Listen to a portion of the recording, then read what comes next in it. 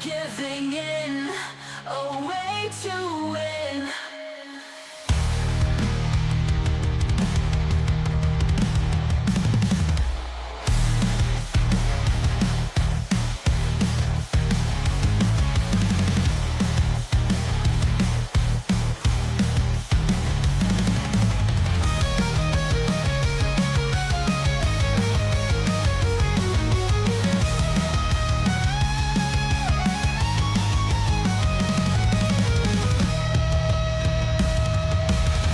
Beat on time, stuck in the grind, running in the cold, a multiverse to behold.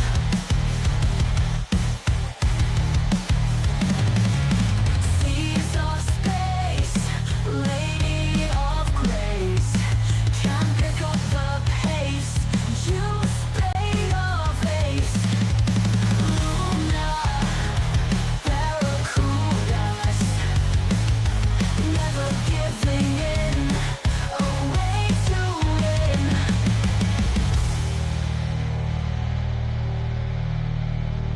Alrighty, live. So today we're playing 3 scary games. You know, the classics kind of stuff that a lot of horror YouTubers do. I guess you could say I'm copying, but it's all for fun. So today we're playing, the first game we're playing today is called Outside, a game by Ian de Lincia. Hopefully I said that correctly. Probably not. Ah! Let's get right to it.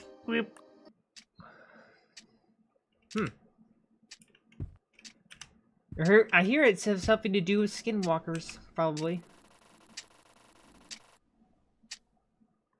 Drew of love, you can tell by the lines.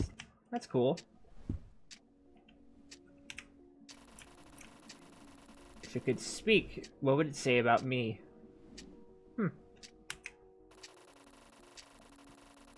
Pile of books, some worn out, some untouched.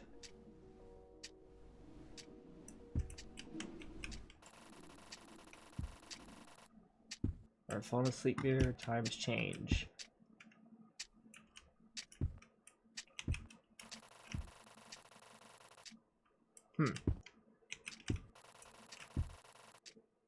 Alright. And what are we doing?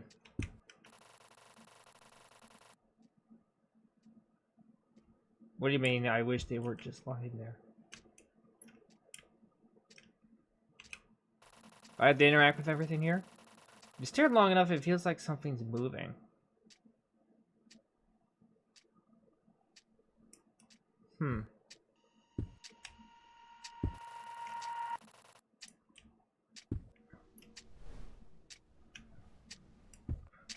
Oh, thank you for following. I appreciate it so much. Mineral berry.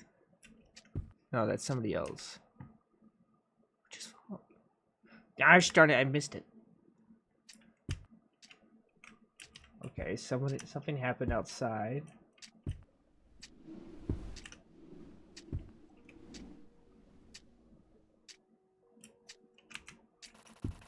Some pages are torn up. Maybe that's how it should be.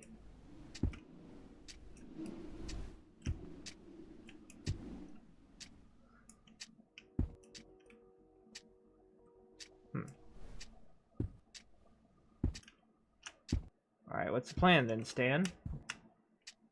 Heard something outside, but what are we supposed to do now?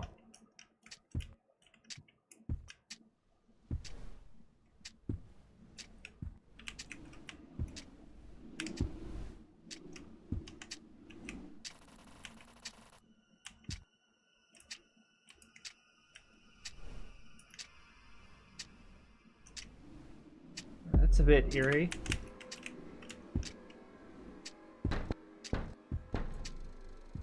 What the frick? My man just did a T-pose.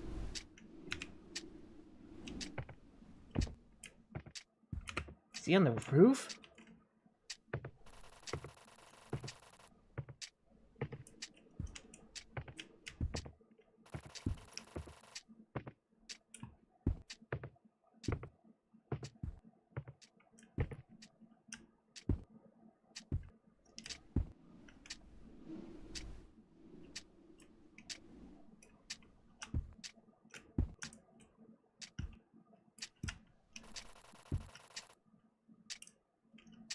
What happened to the light?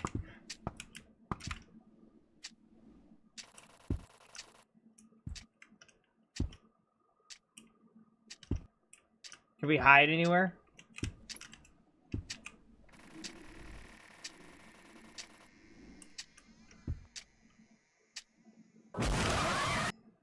Holy shit.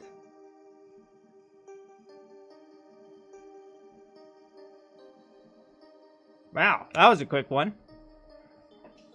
Hello, X-Men. Huh. Very short game. Scared the crap out of me there, though. Huh. Yeah, I did promise 3 games. Alright. Let's get to the next one, then. We're just playing 3 horror games today. That one was kind of short, so we'll move on to the next one.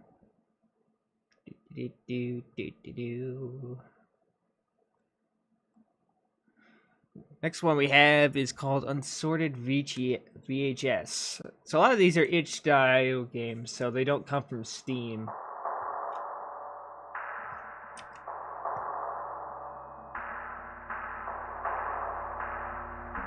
This one's a bit more gritty and loud.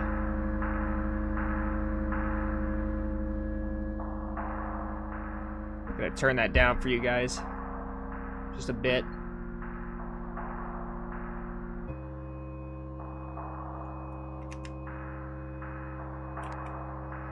Ooh, can't use my mouse. That's interesting. Unsorted VHS by Mike. Some name I can't read anymore. You wake up hanging from the ceiling. A box of VHS tapes sits in front of you. You pick up a tape. It softly quivers in your hand. The label reminding you of a distant memory. Suddenly you hear a strange voice.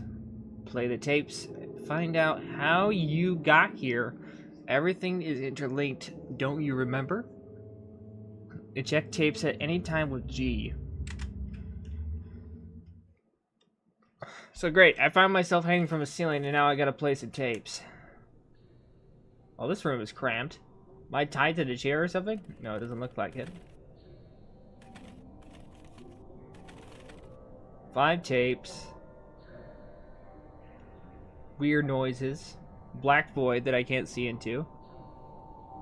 Guessing that's a night sky. Well, we'll start with you. Mountain View Primary School.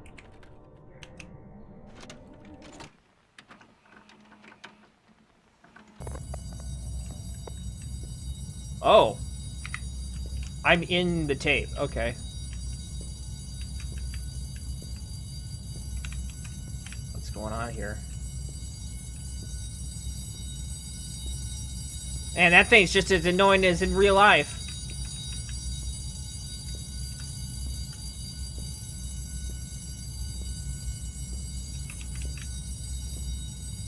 These doors don't seem to work.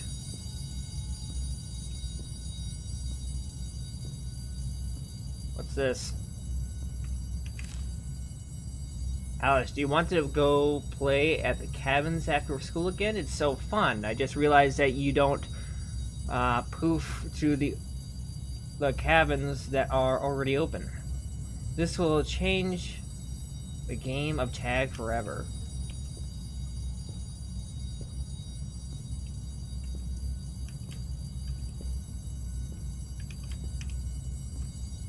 What do you mean, change the game of tag forever? I don't see anything in this dark void.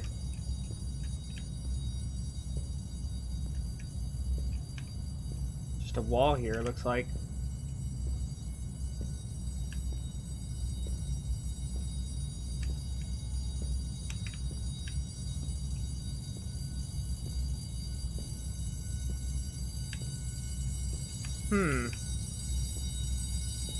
Darn bell is so loud.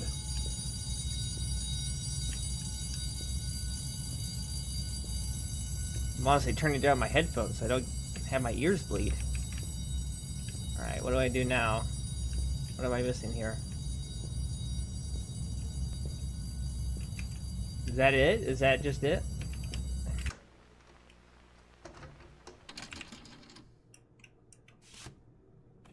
there's a note to Alice about cabins. Let's see this one. The Looker? Bit of an odd one.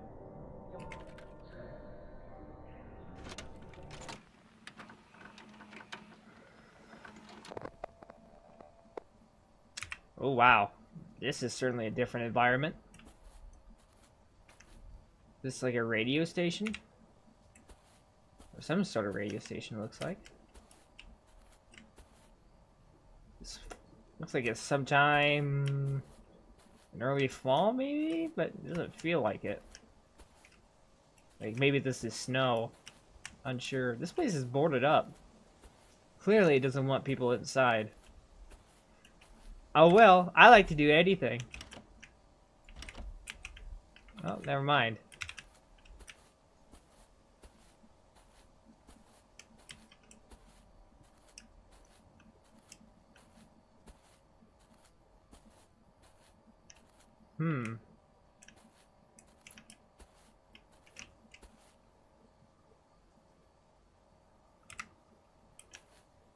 Somebody watching me? Or does this cabin hold no significance at all? Could be possible.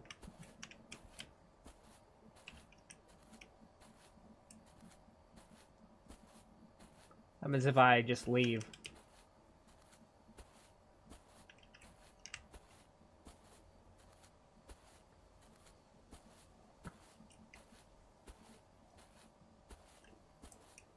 Doesn't look like it'll let me leave.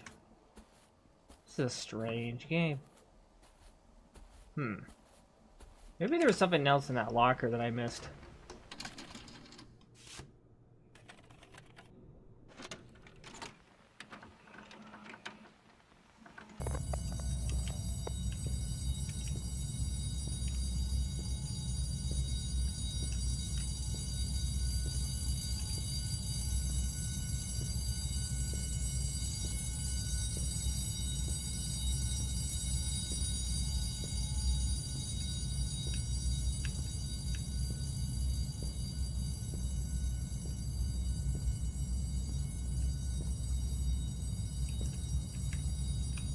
Anything else?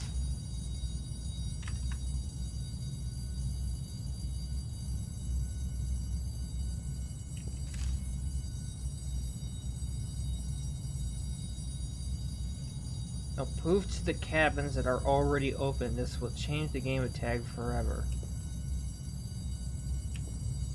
What am I missing here? Doesn't seem like these doors are interactable in any way.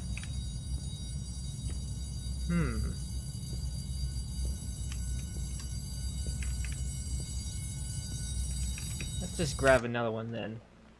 This is obviously some strange puzzle that needs to be put together through all these tapes. Oh, I should have inspected that one. Oh well. Scepter Foundation. The Cabin Anomaly Investor Briefing. Ooh, this one's different. The nature of the anomaly, teleportation.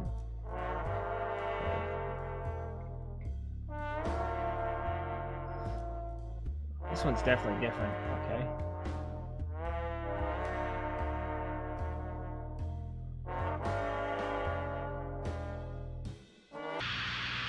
Unmarked location of branch of the cabin anomalies. This cabin seemed to be missing. There's something on the cabin. Teleport to it. Oh. Just gone. Symbol. A precisely a symbol in the center of the cabins. Eerily is extraterrestrial. Unmarked location. This concludes the investor briefing.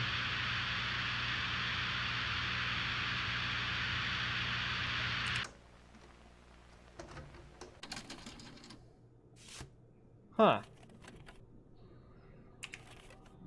Security room. What's the... Yeah, definitely not scary at all.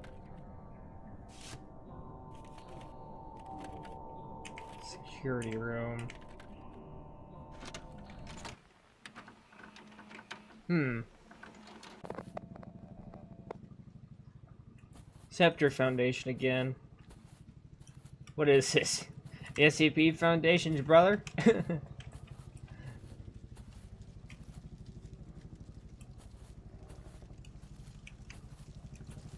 I actually need to turn my volume up. What's a helicopter? Let's see here. Insert disk.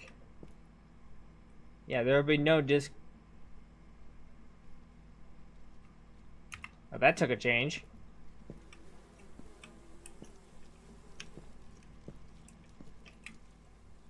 My man's straight up dead.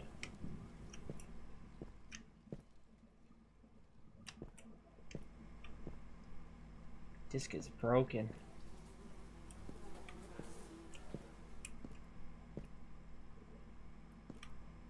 I need to find some sort of disk.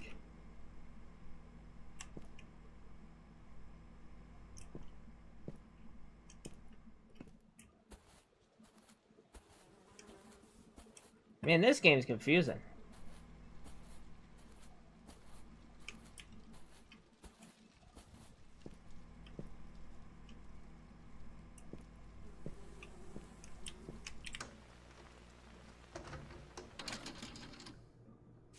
So something to do with cabins.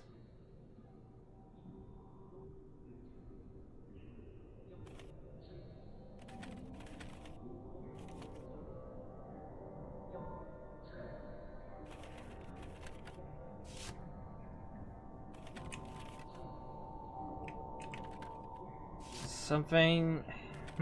Let's review what we got here so far, which is not a lot. So there's something to do with cabins that make people disappear. Yo, yo, yo. Good luck spooking. Thank you, semi-cool story, bro.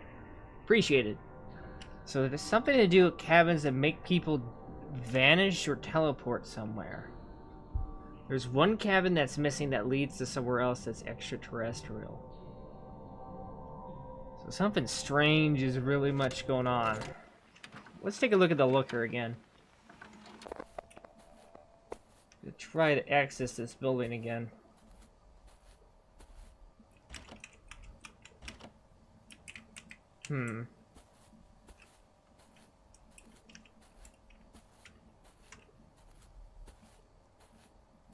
Maybe I'm missing something.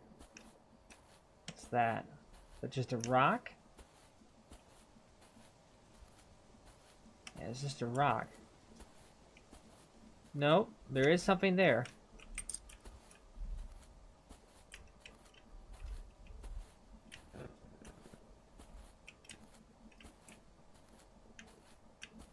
I know there is a basement over here. Let's see what's inside.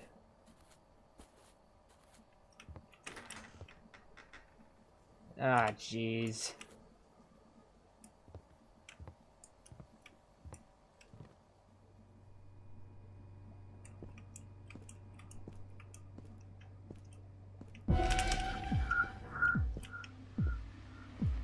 Yeah.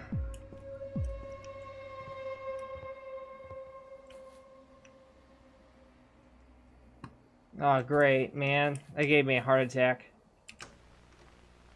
Alright, give me a second. Holy shit. Okay. So. There's something in there, basically. Scared the crap out of me. I had to grab... Ooh. I don't have to grab the key again. It's already open. God, I love it. Something's in the basement.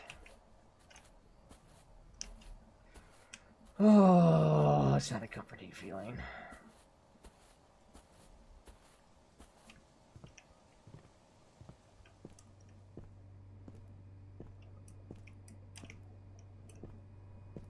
Just follow the red lights.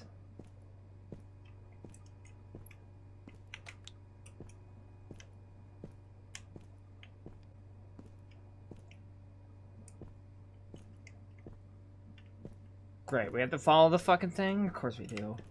How cliche.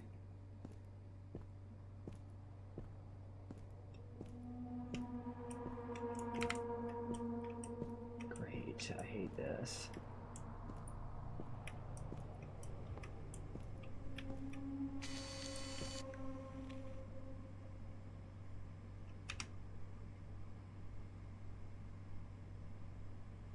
Don't mind me, just take a screenshot.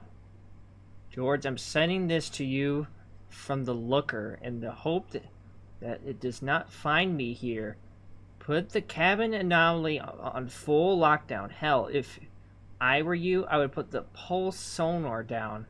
The high-level security access door code is 4142.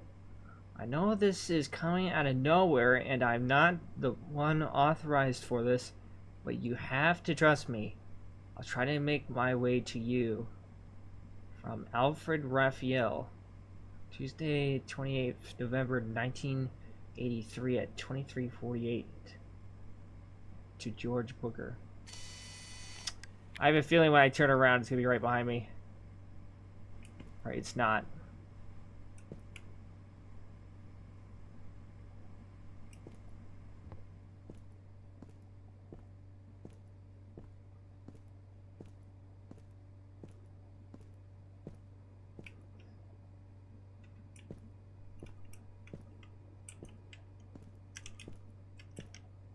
Just get out of here.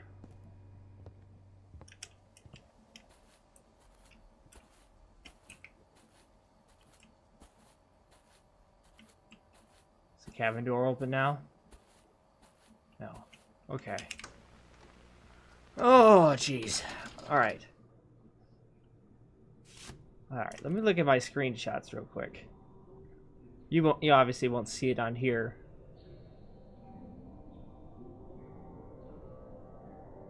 Let's see. So 4-1. High level security access code is 4142. So that's obviously important for something. I'm guessing whatever the last date. So let's see this again. So the cabin anomaly investor briefing. We've already watched it once, but I'm going to watch it again just in case there's something I miss. Okay.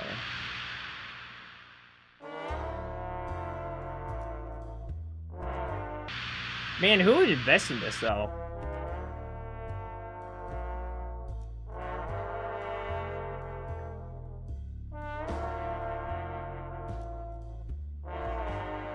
So is it like a spiraling teleportation thing by just how I've seen it?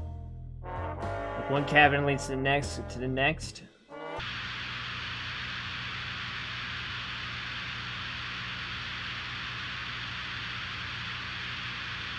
And the cabins teleport to it. Okay.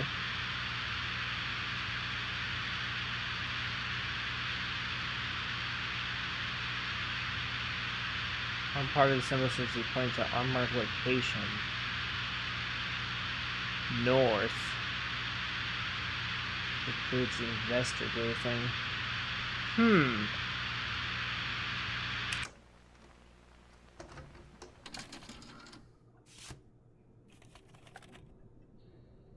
Let's check the security room again.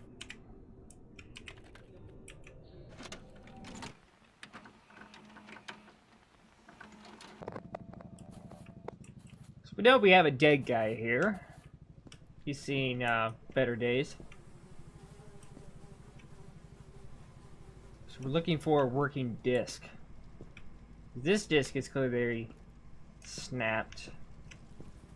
And there's got to be something here that we're missing. Can't exit.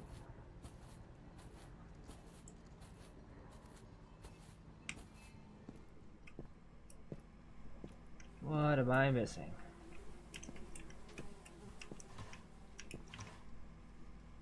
Ah, there we go.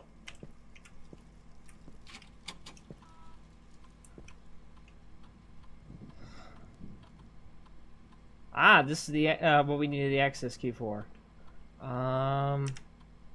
Take out my image again. Put it at the side. Alright, use number keys. So 4142. Overriding lockdown. Index 101. 10001. Lockdown reverted. Okay. What does that mean? What does that do? Am I not going to get any more information out of this?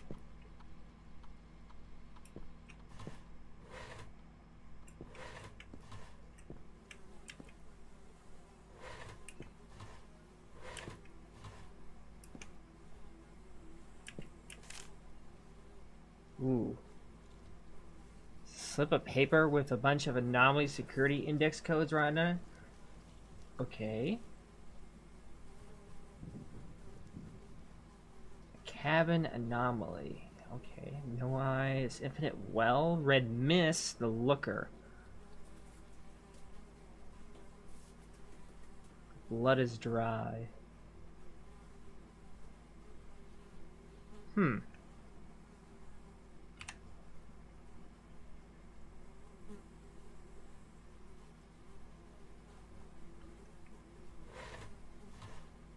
So we countered the looker, which is one of the anomalies, I'm guessing. So what did we do here? Does it affect whatever happens in the last tape? Doesn't seem like I can do anything else.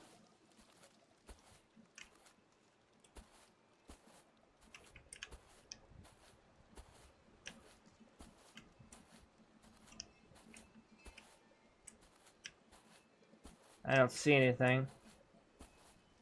Hmm.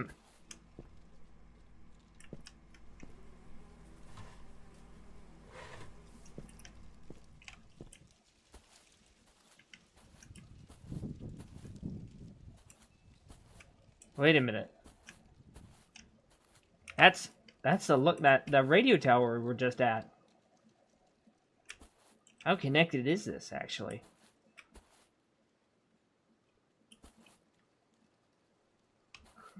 So many questions. I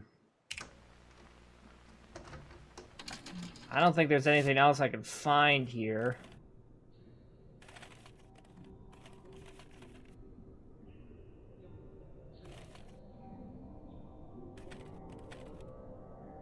Ah, screw it.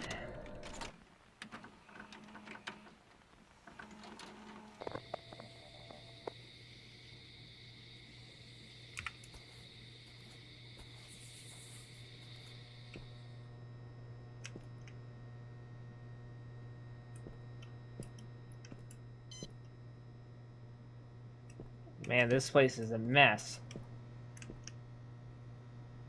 Bring your kid to work day, my ass. Whoever's been here was probably dead.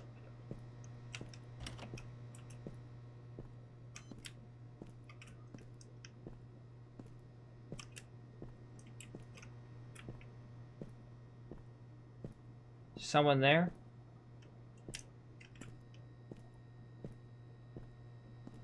I have a bad feeling about this.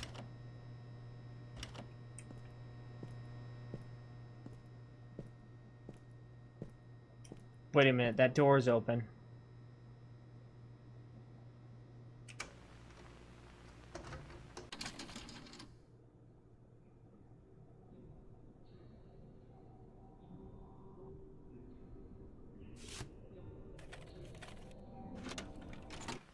Sorry, I just had a habit. Really spooked me there.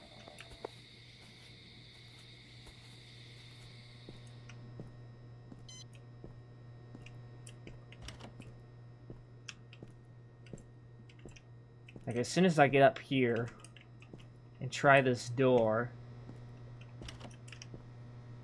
that door is open. Great. Shit.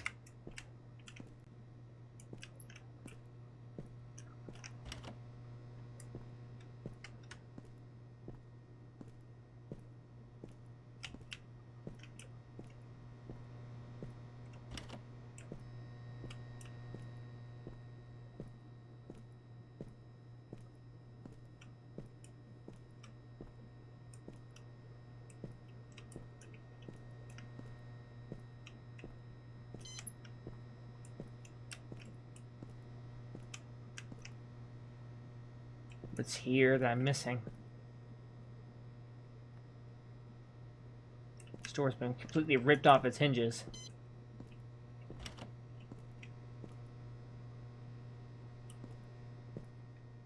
Observatory, but I can't seem to access it.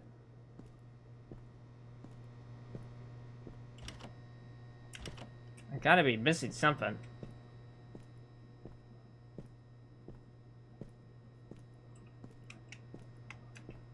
Look around, maybe. There it is.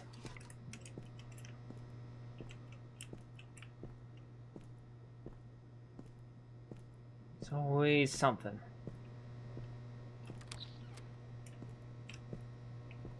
Something else in here with me too, which is not reassuring.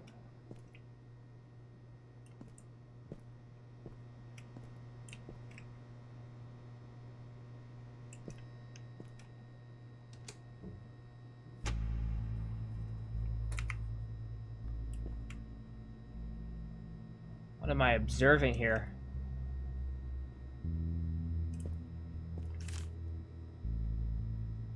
Most of the financiers are simply not interested in the unmarked location. And if I'm being completely honest, it might not even exist. Our best option right now is to try...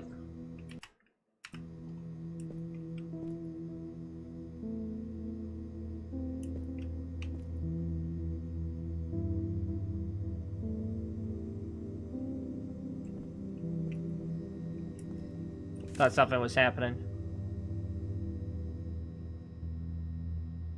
Our best option right now is to try moving one of the cabins. Could prove to be a revolutionary way of transport. I'll assemble a team for Thursday. Tuesday, or whatever it said.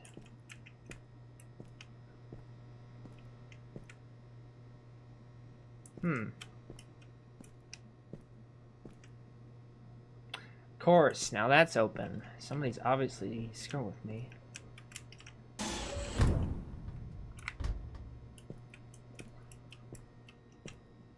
That was quite sudden.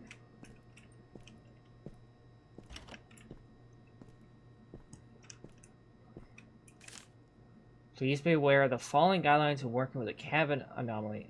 Do not, under any circumstances, leave objects inside the cabins. This can cause fatal injuries upon teleportation.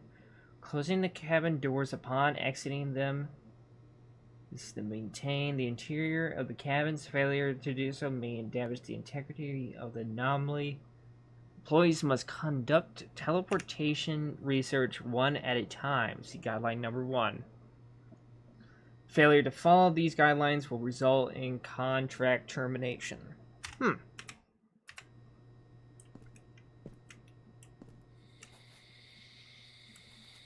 So we just got a cabin that's missing right here. Strange.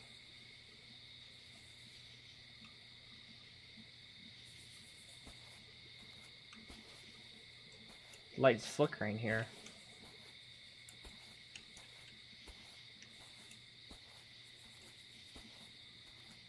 Well, we know the first one we gotta go to.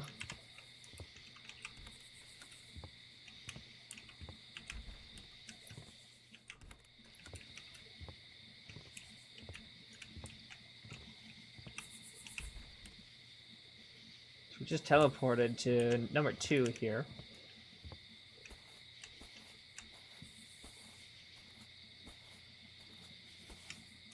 So what if I go in number 3?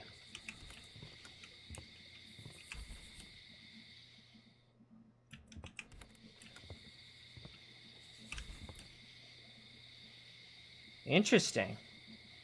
So it teleports me back to number 1. So this is like a teleportation puzzle. Let's go back into number 2.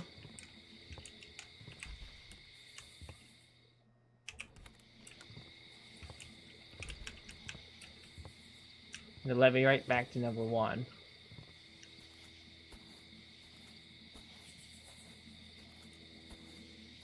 Let's try number 4 here.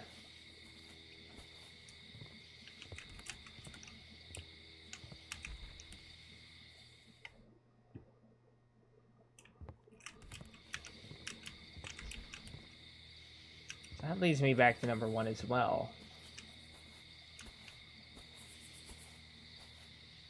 So what about number 5?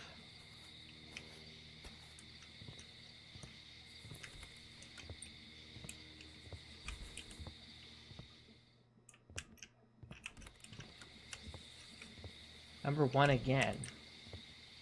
Huh. But if I go into number 1...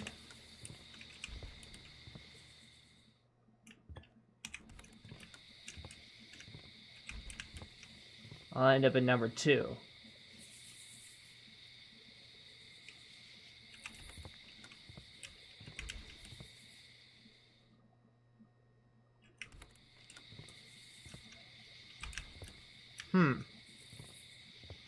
So it seems all of these lead back to number 1. Where's this getting power from exactly?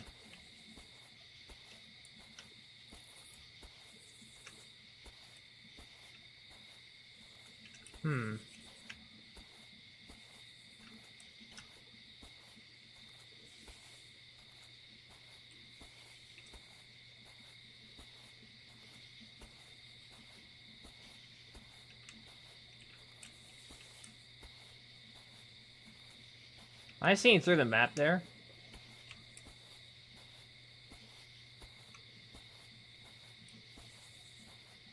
I think I'm seeing through the map. That's kind of funny. It's back there.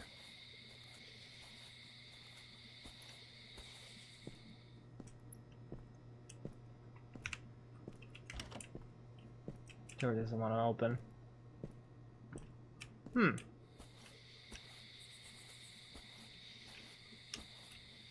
What is that?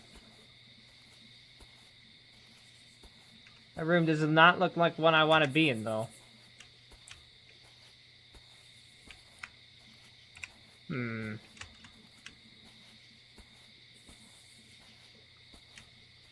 Obviously, we have to do something with number 1 here.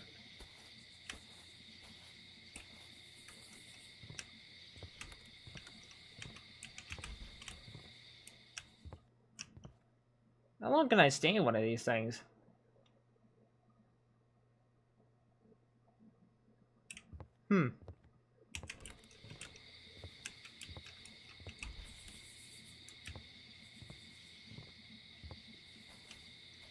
Maybe there's a code to it.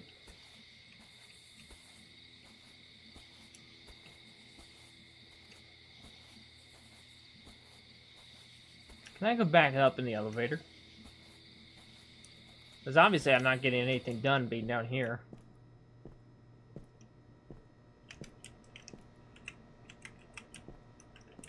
Oh, you won't let me leave? Fine, I'll just exit the tape. Screw you.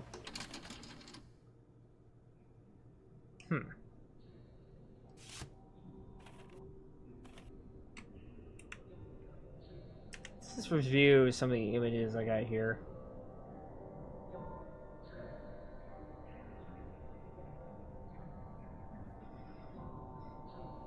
Cabin anomaly, unknown vessel, 1002, 1003.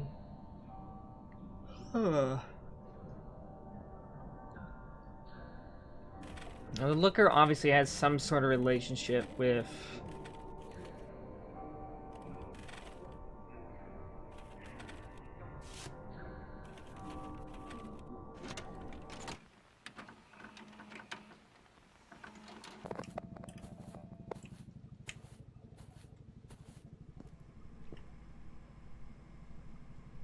I'm guessing we can just access it, maybe? Maybe that's what it's indicating. And then there's a puzzle I need to figure out with the cabin itself.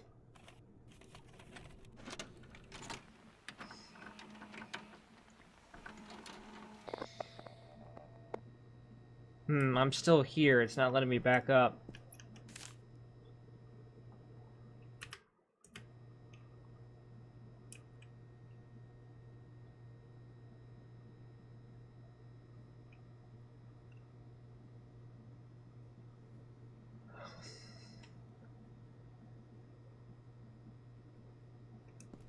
Okay.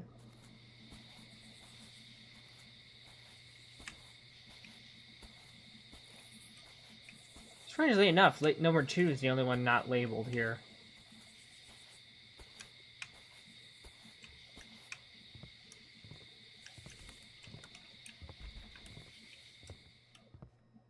Why are you the only one not labeled?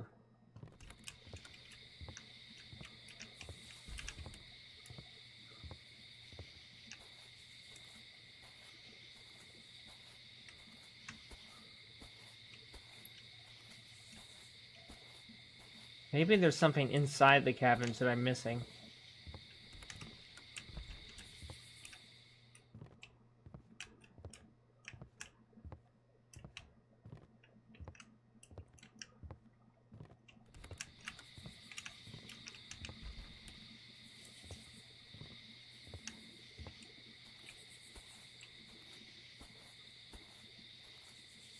Said it doesn't want objects inside it, so what if there is an object somewhere?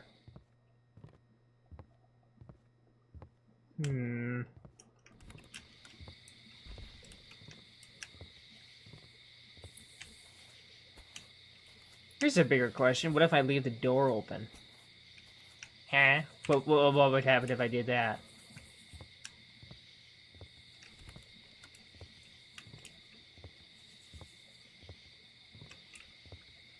Wait a minute. That might be something we can do. Is this what Blockbuster employees had to go through every time? Maybe. Who knows? But here's the plan. What we're going to do is we're going to open all the doors and see where it leads me. Because it can't teleport me anywhere else if the doors are open. So leave them all open.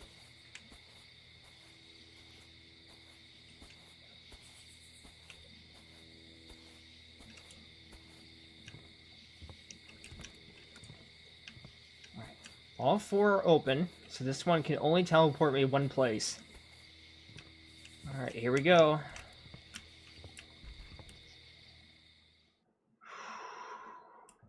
I'm honestly kind of nervous.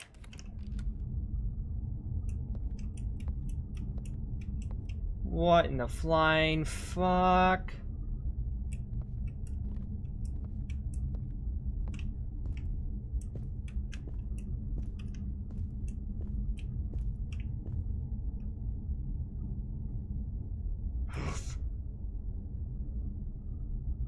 Uh-oh.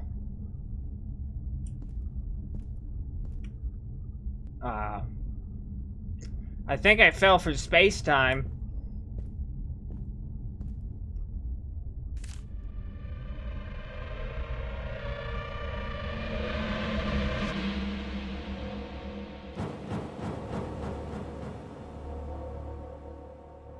Oh, shit.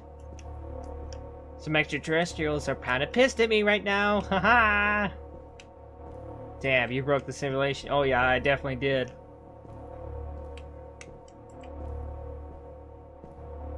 Fancy torches, brothers.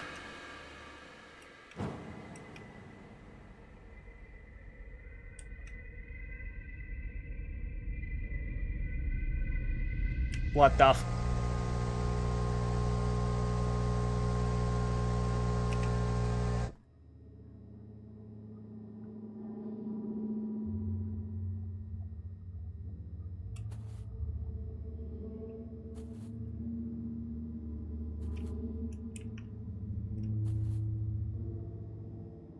Yep.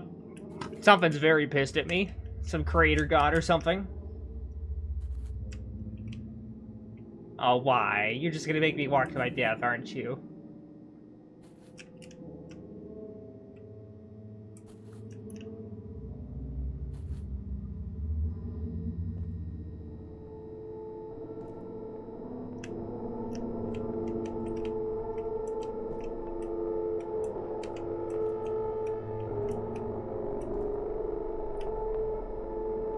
Wait a minute. That's where we've been watching the tapes.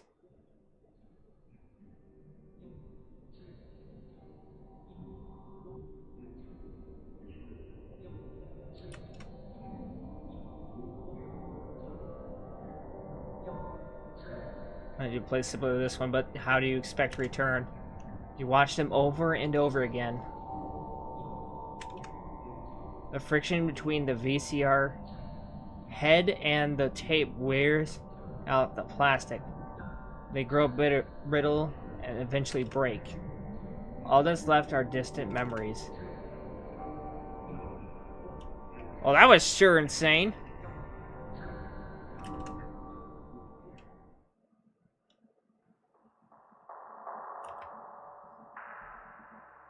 Well, didn't expect to break reality today.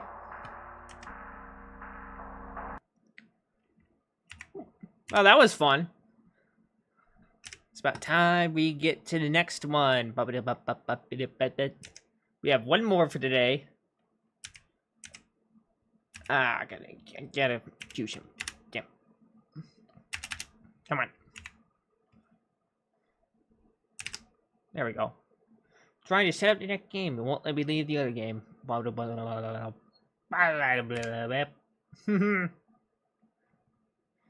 what do we got?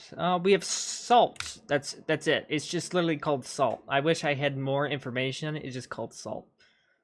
So... salt it is. Don't be insulted, guys. It's just salt. So many salty puns to make.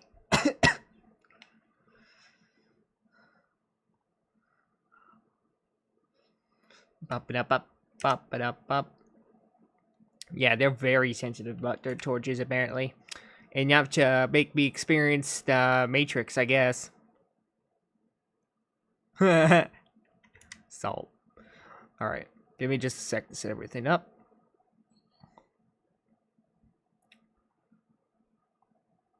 I'm English! Must be Russian. Or some sort of Cyrillic language. I don't judge. Remember, people, don't blame people. Blame their governments. Big left demanding sacrifices.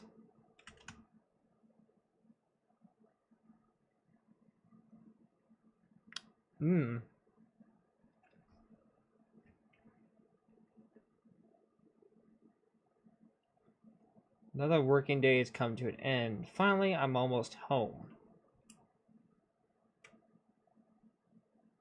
Any thoughts up here? Press tab for viewing. Oh, my mind. Get to your apartment. That's funny. Do I lose this? Delicious, yeah. Well, where am I going then? Do I follow the lights? Can't even sprint. Just a random outhouse out here.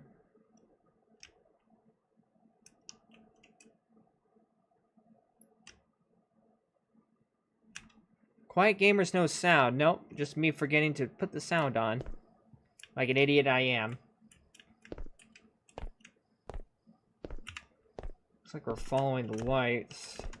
I can't even sprint. Yeah, I get it. Tab, get to your apartment.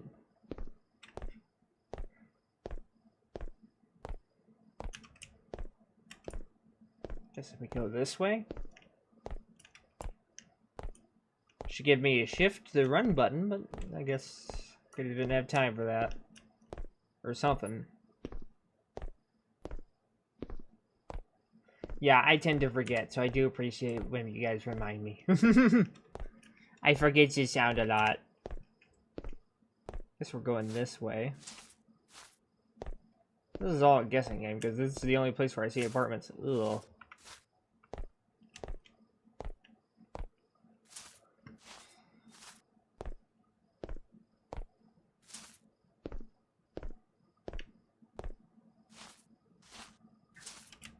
I'm not even walking on grass. Why is it making grass sounds? Oh, hello. Meow. Can I pet? Meow.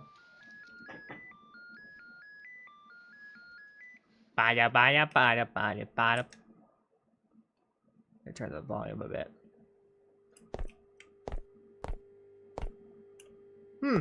Yeah, it seems like Russia. I'm just kidding. For all Russians who watch this, trust me, I know there's... Oh. What's here? Missing persons flyer. Someone missing recently. That's not comforting.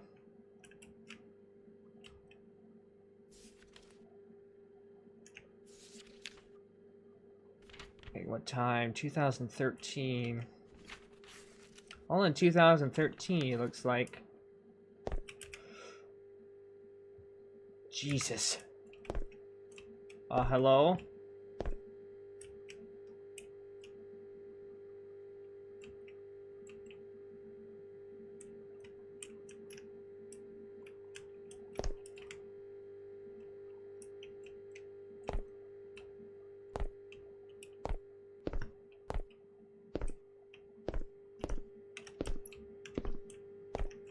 Where's my apartment, I guess?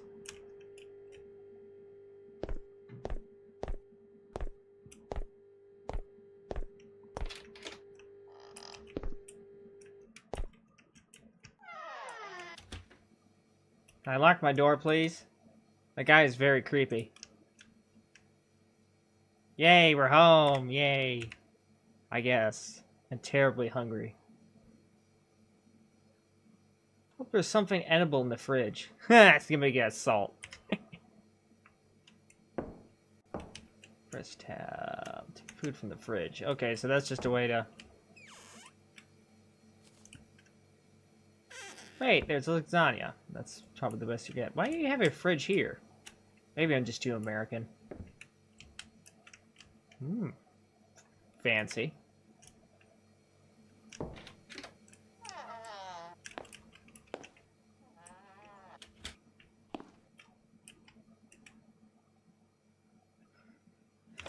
Why is Pro built like a deflated water balloon though? Yeah, I don't get it either, but it definitely is creepy.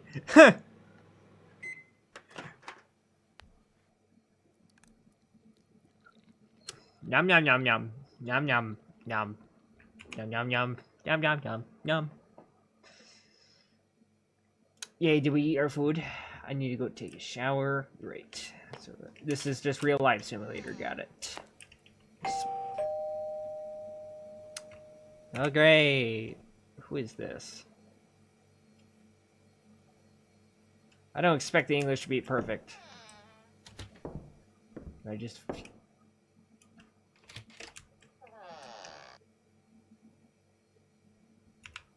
Hello? I'm your neighbor upstairs. Could you lend me some salt? Cooking something right now, and as luck would have it, I'm out of salt. Okay. I'll bring it now.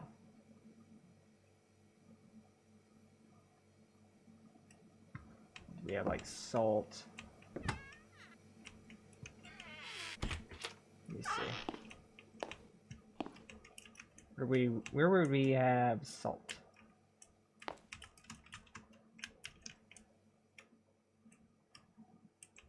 All right.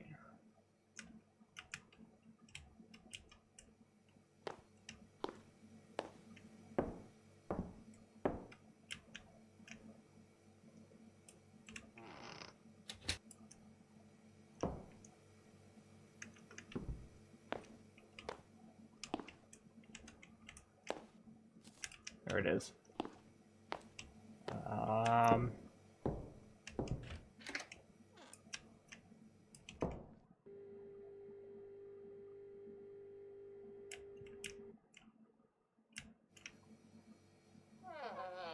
I have a bad feeling about this.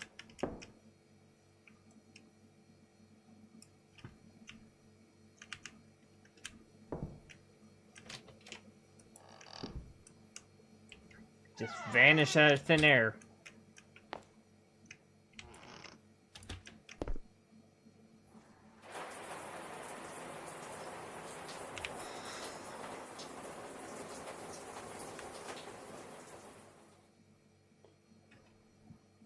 I mean, we're being nice, we're taking a solid tower, yeah. All is left to take the trash out.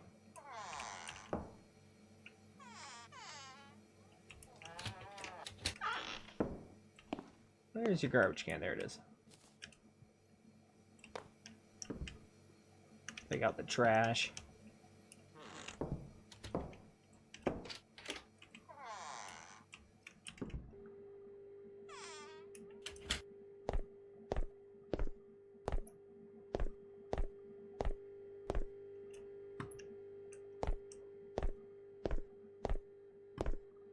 See, now I have to go downstairs to do it. Oh, that's reassuring.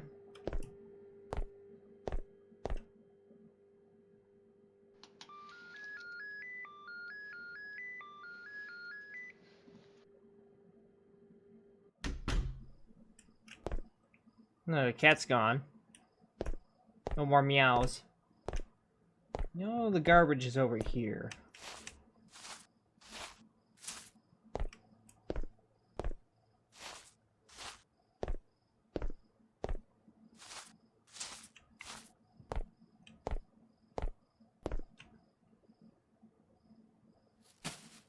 Pretty simple game so far. Press tab, return home. So if it tells me it's not going to be easy to return home, huh? He's just going to be waiting for us or something.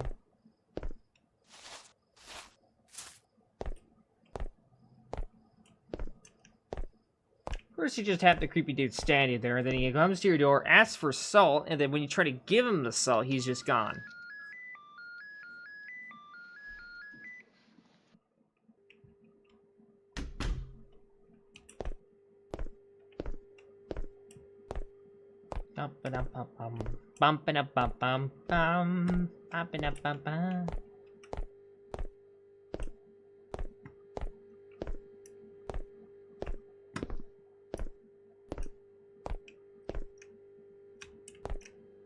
Why is my door open?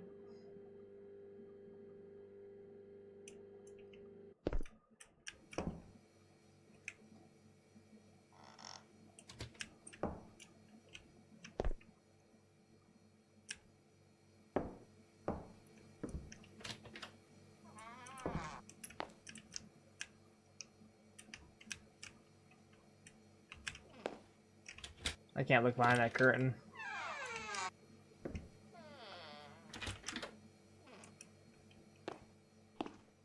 Where do you even sleep, buddy?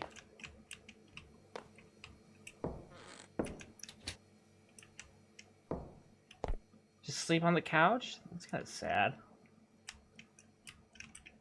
Oh well, it's not me for judge people how they live.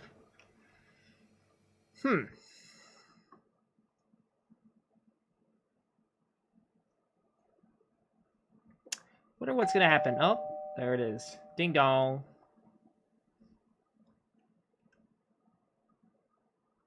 Doesn't get... Oh boy.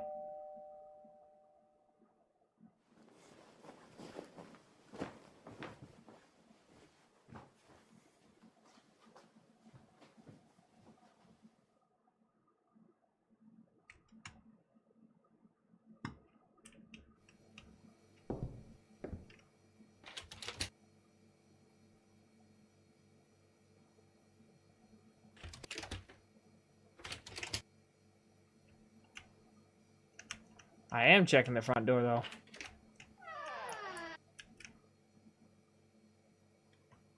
Oh, that's great.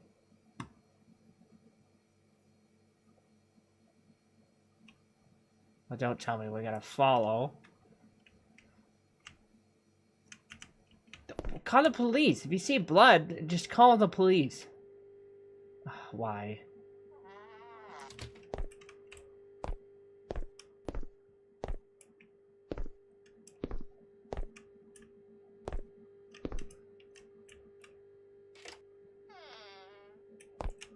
Oh, why?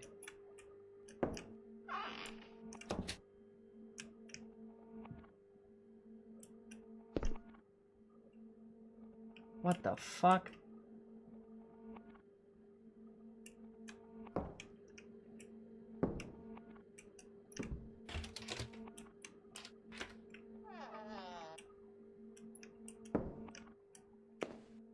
Why would you need a key? Why do you want to check in there?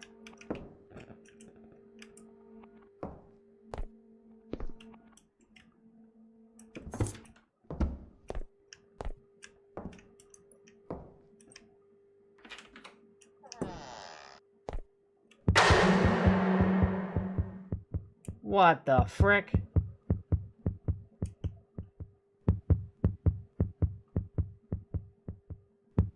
Yeah, why would you wander into this? This is so dumb.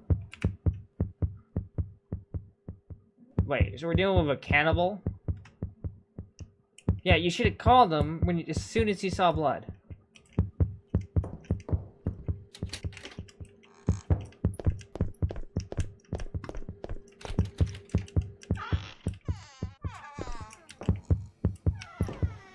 So where's your phone?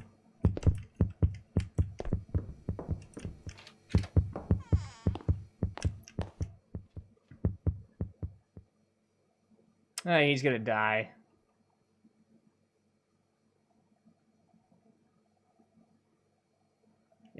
Yeah, call the cops, please. Could be spaghetti. You said he was cooking. I did. Oh, you gotta be kidding. Yep, you're dead.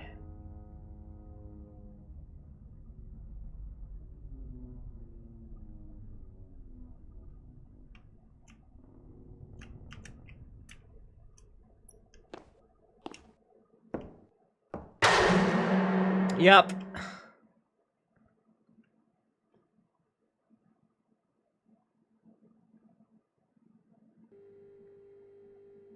Huh. Well, that was a pretty simple game. But really dumb by the main character's part. I mean, what did you expect? You didn't even lock your door. Like, why did you not even lock your door? Ah, jeez. Well, that's salt. I don't know what to do now. I'm only an hour in and all that kind of stuff. Maybe there's another thing I could play. Bop, bop, bop, bop, bop. Can't wait to sequel Pepper. Spicing things up, are we? Twixman's like delicious earlier. Silliness. Fun stuff though. Yeah. What you play? So yeah, those were the 3 games that I got from the funny place called itch.io. So that's fun. Now I gotta figure out what else we're gonna do. I could react to something, maybe. I know there is... I know the Fat Electrician put out a new video recently that I haven't watched yet. That's always fun. Who doesn't like watching the Fat Electrician?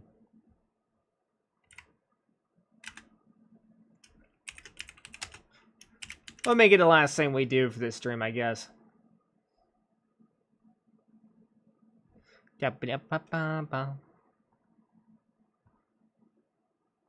Holy crap, it's an hour long. That is insane. Only problem is that Luna's not going to be able to react because of the freaking keys. I wonder if I can switch that up real quick. Is that a good idea? There's so many notepad numbers.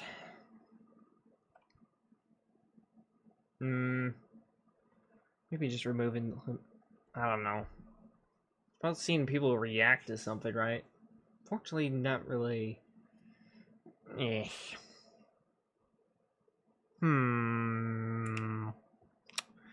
Yeah, fuck it. We'll make it work.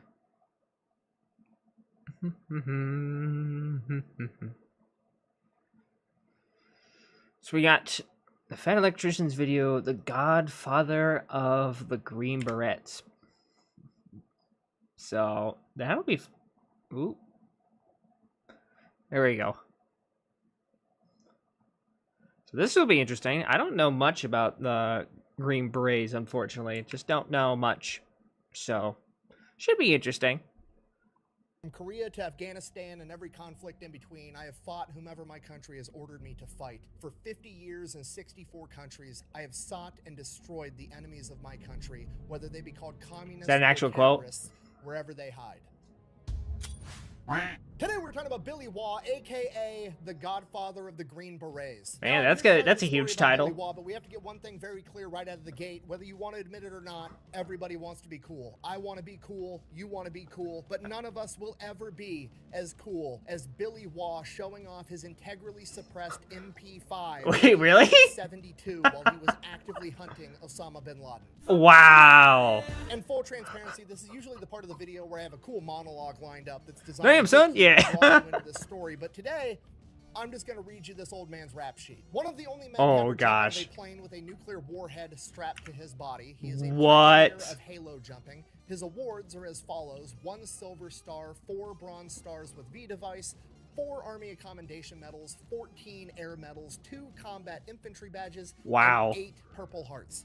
8? Airplane crashes 8? survived. 2 helicopter crashes survived. 2 helicopters. Number of enemies What? killed in combat unknown. Number of missions completed redacted. The unclassified Obviously. men of note that he has hunted: Edwin P. Wilson, General Giap, Osama bin Laden, and probably the most notorious terrorist of all time, Carlos the Jackal. Decades Wow. in operation: 5. Countries he's operated in: 64. Number of times that he was captured by 64 the is like near half enemy: 0. the And we're gonna like, get to it right after countries word on the from our planet sponsor. at this point. What is this? Ad time. The new CMMG BR4. When did you get it? I've had it. Nice recovery. No, I wouldn't need something like this. Okay, fine. I just got it, but I had to because it's the only one they Cerakoted to look like a Busch Light can. So you got a new toy. What do I get? I mean, That is a good question. What does I she don't know. get? I'll do some shopping and I'll let you know. So have fun with the ad. Uh-oh. this video is brought to you by Delete Me. Okay, super simple business model. You give them money, they turn around and they make sure that online. Wait, I'm getting companies are deleted. Selling your personal information online. No, Here's don't the delete deal. me. Anytime you use a free service on the internet, and you click No. that little box that says "I agree to the terms and conditions." You basically just agreed to allow them to harvest as much of your personal information as humanly possible. Just kidding, I'm They back. then turn around and sell that to online data brokers, and that's how they can afford to offer you a free service. But when you have Delete Me, they go and they monitor all of these. Gotta online watch the data ad, brokers guys. for Gotta your pay personal respects to the information, and then when YouTuber. they find it, they submit That's how he makes opt-out money. forms on your behalf, so they have to take down and stop selling that information. So when you buy Delete Me, you're not actually buying anything. You're just buying your way out of all the negative consequences of all the free shit that you've already got. And because they continue to monitor those data brokers, you're buying yourself out of Bump all down. the future negative consequences of all the free shit that you haven't even gotten yet. So if you want to give Delete Me a try, there's going to be a link and a discount code down below. Let's get back to the video. Yay. Billy Waugh.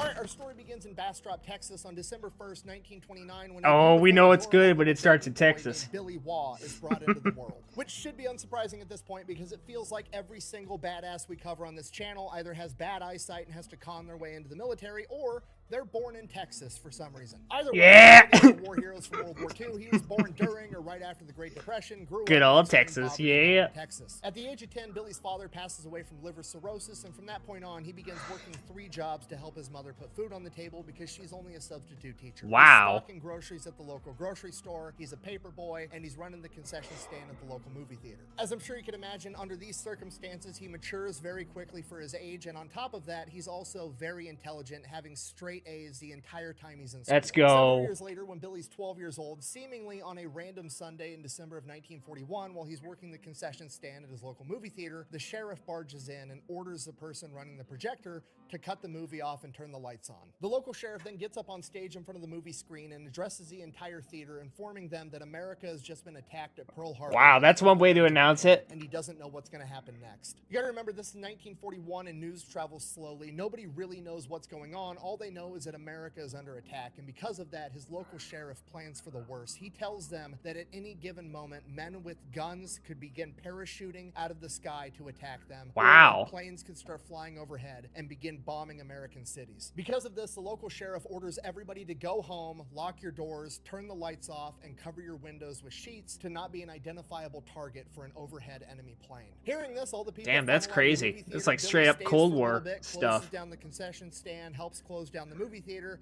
and then goes home. For the next 3 years, Billy volunteers for every shift he can get at that movie theater because he wants to be able to watch the newsreels of what's going on in the military right before the movie plays. He becomes obsessed with it. He wants to Oh, that's cool. So he got to see all the reels they made. For years, and then when he's 15 years old, he hears a rumor that in California, the United States Marine Corps is allowing 15-year-olds to enlist and go off and fight the Japanese. Hearing this, Billy drops everything and just starts hitchhiking to California. No money. Of course, wow. No plan. Nothing. Over the course just of YOLO days, it right he in there. all the way to Las Cruces, New Mexico, and he gets picked up by the local police department for being out past curfew. 15-year-old Billy, unable to produce an ID, gets taken into the police station. He then proceeds to tell the cops everything. He's a 15-year-old kid. He's running away from home to join the Marine Corps. The cops tell him, like, hey, literally just a rumor. That's not true. The Marines are not letting 15-year-olds enlist, at least not knowingly. So we're not going to let you continue hitchhiking across the entire country. We're going to make sure you go back home. So you get to stay here until you can come up with enough money to buy a bus ticket. We're going to take that money, buy you a bus ticket, and ship your ass back home to Texas. So Billy, at the age of 15, does what any main character badass would do. He calls mom, begs mom for some money. She agrees that she's going to wire money to the police department, but only if he promises her that he is going to finish high school, and he reluctantly agrees, gets the bus. Yeah, you gotta listen to your mom. So Billy it's goes part of back life to doing what sometimes. he was doing. He's working at the movie theater, and around this point in time, the newsreels start showing a new Army unit that they've come up with, an Army airborne unit, where paratroopers are going to jump out of planes into enemy territory and fight the enemy from within. And Billy Glory, becomes obsessed. glory. He What wants a to be hell of a way to paratrooper die. more than anything. When Billy's not in school and he's not working, he's reading about being a paratrooper, and he finds out that the most important, most unique part of a paratrooper's kit is the unique jump boots that they use, and he wants a pair more than anything. So he starts slowly saving up nickels and dimes, whatever money he can get, until he can go off and buy his very own pair of paratrooper Like how boots. passionate And and this goes on determined for this years. kid He is. lives up to his word, fulfilling his promise to his mom. He does graduate high school with a 4.0, and then immediately enlists in the United States Army. 4.0, And he does nice. exactly that. He becomes a paratrooper, gets attached to the 82nd Airborne Division out of Fort Bragg. No, not that one. Definitely not that one. There you go, that one. Now, by the time Billy gets through training and is actually out in the Army, World War II is over. There's no prospects of going to combat. Can I say this right now as an American? Oh, shoot. Gosh darn it. I'll figure that out. As an American, I can say this. You know how I remember there's a thing where Europeans make fun of how us Americans like name cities and that kind of stuff. And let me just tell you right now, it was you guys, the guys that moved over to the United States, that named most of our cities. So Holland in Michigan was named by Dutch migrants that moved into the United States. Just saying. I'm just saying. A lot of cities you see in California are named like after or Spanish names, because the Spanish used to own California. A lot of people forget that. So people wonder why do Americans just steal all these city names? No, it's not because we're stealing your city names. It's because the people that migrated over wanted to be reminded of, their homeland or whatever. Name the city after, I don't know, Hamburg or something. Have a Hamburg in the United States. Yeah, well, there's some that do. Semi-cool story, bro. There's some. I'm just saying, there is a meme out there where it makes fun of Americans for putting, New Orleans or something, by example, on New London, New something. It's or New Cairo. New Cairo, I'm pretty sure, was deliberate or something. That it wasn't even Egyptians that named it, but whatever. I'm just taking a jab at my friendly jab at my European friends across the ocean. It's what I gotta do. All right, where were we? Because now we're a bit lost.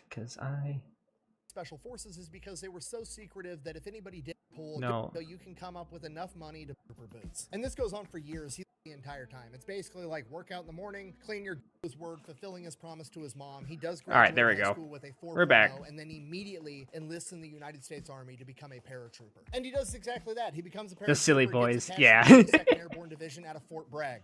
No, not that one.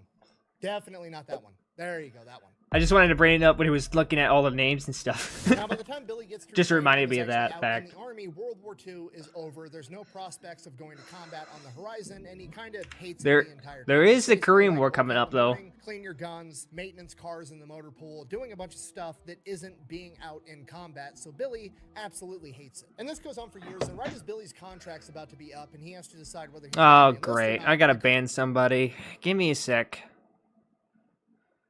Gosh darn it. Here we are, just enjoying our time, and then we have some bot that decides to just wander right in.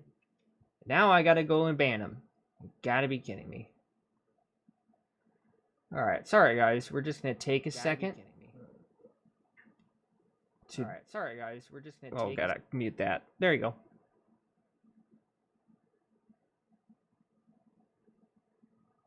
Alright, let's see here. Mod view.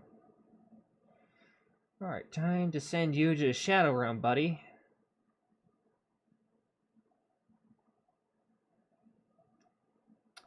And you're gone. Alright. I sent them to the Shadow Realm. They shouldn't bother us anymore. That's good.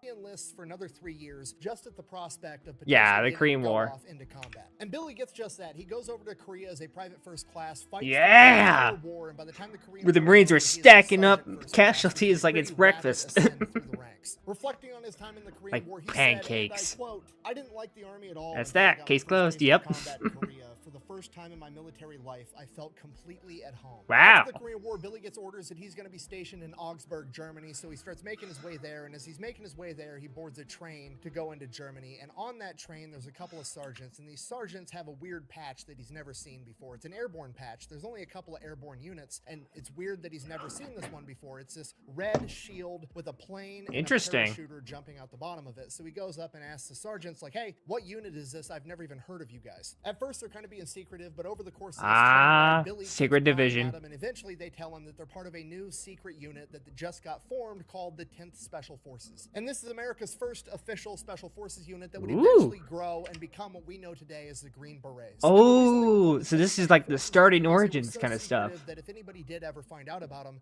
they wanted them to find out about the 10th Special Forces unit, making people think that there must be at least 9 others, when in reality there was actually only 1. So Billy That kept makes trying. He's sense. like, "Cool, that's great, but like, what do you guys actually do? Like, what does being Special Forces even mean?" Ooh, Because the concept I'm wasn't gonna munch really on some known at stuff the real time. quick. And these guys are like, "Honestly, Yum. we don't even know yet. We're just getting highly trained in absolutely everything, and we're supposed to be a force multiplier on the battlefield. We're supposed to be the guys that go on all the top secret, super dangerous missions that nobody talks about." And hearing that, Billy's immediately sold. He has to be a part of this unit, so he starts asking questions, and they're like, "Actually, we are looking for people to come and join the organization and be a part of it that have a bunch of Billy combat hears about it, he's experience. just You're a like, sergeant "Let's first do it." class. You could probably apply and go through the training process. Billy, and this Billy maybe just make it onto one of the delivers teams." like And he does just explosive that. Billy donuts. applies, ends up getting accepted, becomes one of America's first ever Green Berets, and for the next 5 years, we don't really know what Billy was up to. Potentially, it wasn't worth mentioning, or more Of likely, course it we don't hasn't know. been declassified yet. But what we do know, when asked about it, Billy said, and I quote, "I helped develop new ways to fuck with the enemy to the max." Over the course of these 5 years, Billy climbs to the top. He's one of the best operators America has. He's This is a literally direct leader in quote. Tier 1 unit. If you don't know what that means, there's 3 tiers. Typically speaking, Tier 3 is like your normal ground-pounding infantry units. This is like your 82nd Airborne, your 101st, your 10th Mountain Division, your conventional warfare guys. Tier 2, which is often confused with Tier 3, is your normal Navy SEALs, Army Rangers, Green Berets. And then they have tryouts, and they take the best from Tier 2 and put them in a Tier 1 unit. So this is the things you've heard of, like Delta Force, CAG, SEAL Team 6, the unit. These are all Tier 1 guys, and Billy is a leader at the Tier 1 level. So when Billy does come back Ooh, into wow. focus, or on the record, in 1960, this is like the peak of the Cold War. There's all kinds of crazy new ideas going on of like what the future of warfare is going to look like. Some crazy Everybody's shit. investing in nuclear bombs, trying to figure out new ways to implement nuclear warfare. We've got America with Atomic Annie figuring out Oh, how to yeah. shoot nukes out of artillery. We've got the British over here developing chicken-powered nuclear landmines. We've got the Davy Crockett, which is where American soldiers Yeah, are Davy shoot Crockett. a small nuclear warhead out the side of of a moving Jeep with a recoilless rifle. And while all this crazy shit's going on, somebody inside the US government realizes like, hey, this is all great, but there's a lot of work involved. You know what I mean? I have to get this giant artillery piece in the right place at the right time, or I have to get a Jeep on the ground, or I have to bury a chicken-powered nuclear landmine. What if I just want to create a second spawn point for the sun in secrecy to really surprise the United States in top secrecy created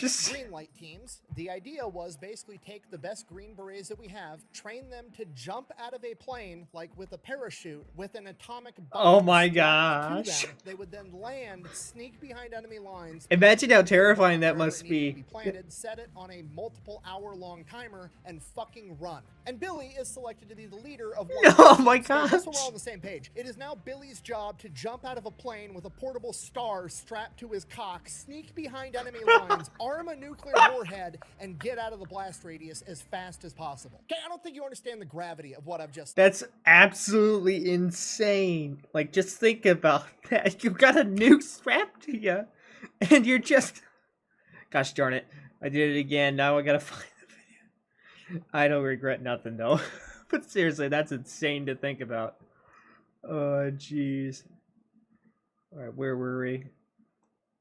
Like peak Cold War crime, 6 newbies that who officially split in 1954. So you have the North, which is the communist NVA that's being backed by China. And he knows the people, he knows the culture, he knows the terrain realm of the Geneva Convention. To be responsible enough to have a fucking realizes like, hey, this is all great, but there's a lot of work involved. We're, You know what I we're mean? somewhere I have close get to this where we giant were. artillery piece in the right place at the right time. My I have to bad. get a Jeep on the ground, or I have to bury a chicken-powered nuclear landmine. What if I just want to create a second spawn point for the sun in secrecy to really surprise the enemy? So the United States, in top secrecy, created green light teams. The idea was basically take the best Green Berets that we have, train them to jump out of a plane, like with a parachute, with an atomic bomb strapped to them. They would then land, sneak behind enemy lines, plant the nuclear bomb wherever it needed to be planted, set it on a multiple hour-long timer, and fucking run. And Billy is selected to be the leader of one of these teams. Okay, just so we're all on the same page. It is now Billy's job to jump out of a plane with a portable star strapped to his cock, sneak behind enemy lines, arm a nuclear warhead,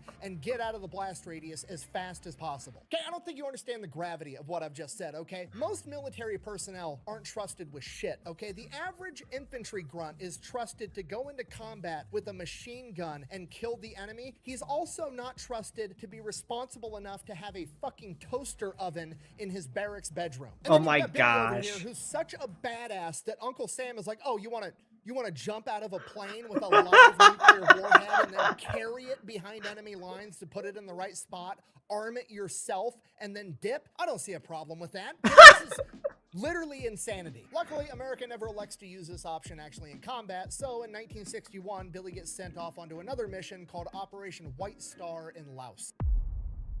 Oh no, Laos. Now you gotta remember, this is like peak Cold War. America is still very much running on the Truman Doctrine. If you don't know what the Truman Doctrine is, quick, dirty, oversimplified version. Basically, America views communism like it views cancer, and they're committed to do whatever it takes to stop it from spreading. So, whenever a country is being This threatened gets by ugly, I communism, imagine. they're gonna send in money, guns, they're gonna send in Green Berets to train people in guerrilla warfare. They're gonna do anything and everything they can within or outside of the realm of the Geneva Convention to make sure that communism doesn't spread any more than it has to. And that's basically what Operation White Star is. Billy goes over to Laos and begins training rice farmers in guerrilla warfare tactics and giving them weapons so they're able to fight off communists should they come. So that goes on for about a year and a half, and then Geneva steps in and is like, hey, you can't do that, it's a war crime, whatever. So America's like, oh, our bad, and then America proceeds to stop doing that, and Billy immediately goes straight from Laos right next door to Vietnam and continues doing the same exact thing. At this point in 1962, Vietnam has already been split for a while. North and South Vietnam officially split in 1954, so you have the North, which is the communist NVA that's being backed by China and the Soviet Union, and then you have the South that's being backed by the United States. Bear in mind, the Vietnam War, as America knows it, doesn't start until 1965 after the incident at the Gulf of Tonkin, so Billy is there before the Vietnam War even starts, between 1960 crazy. and 1965, pretty much the entire time, where him and men like him train and equip over 87,000 South Vietnamese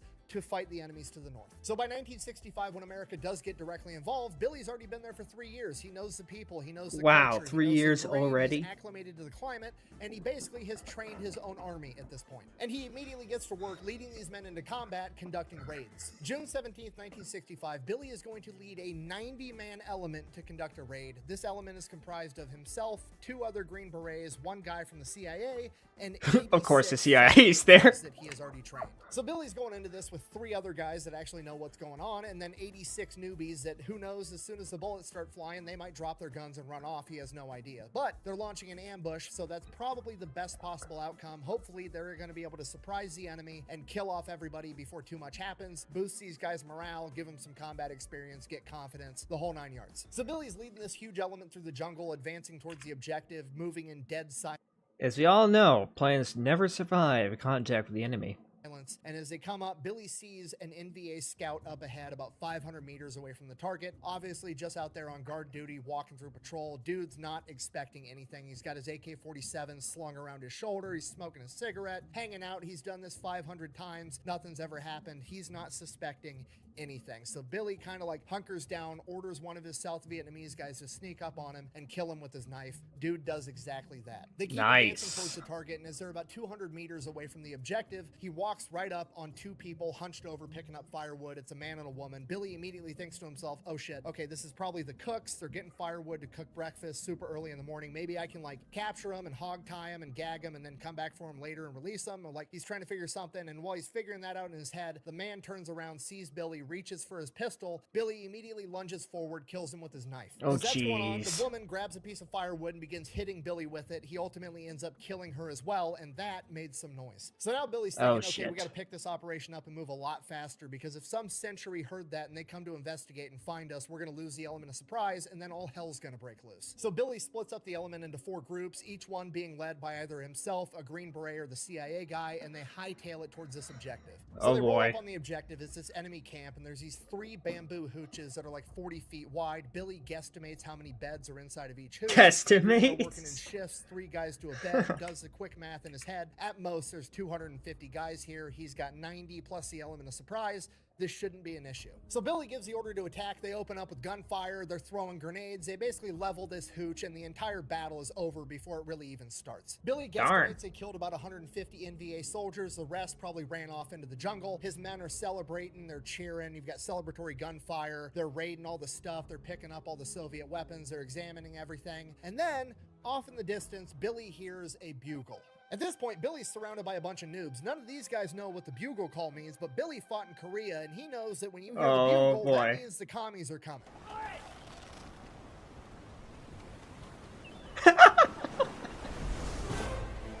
There they are. Time to go.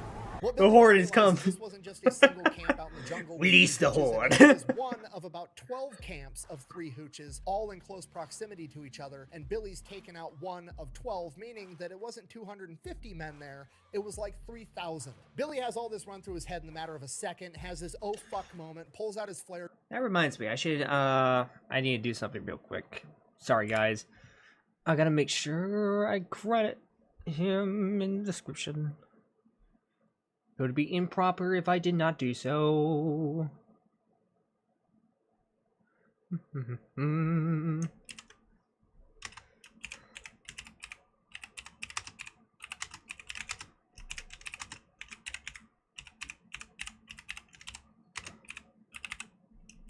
There we go.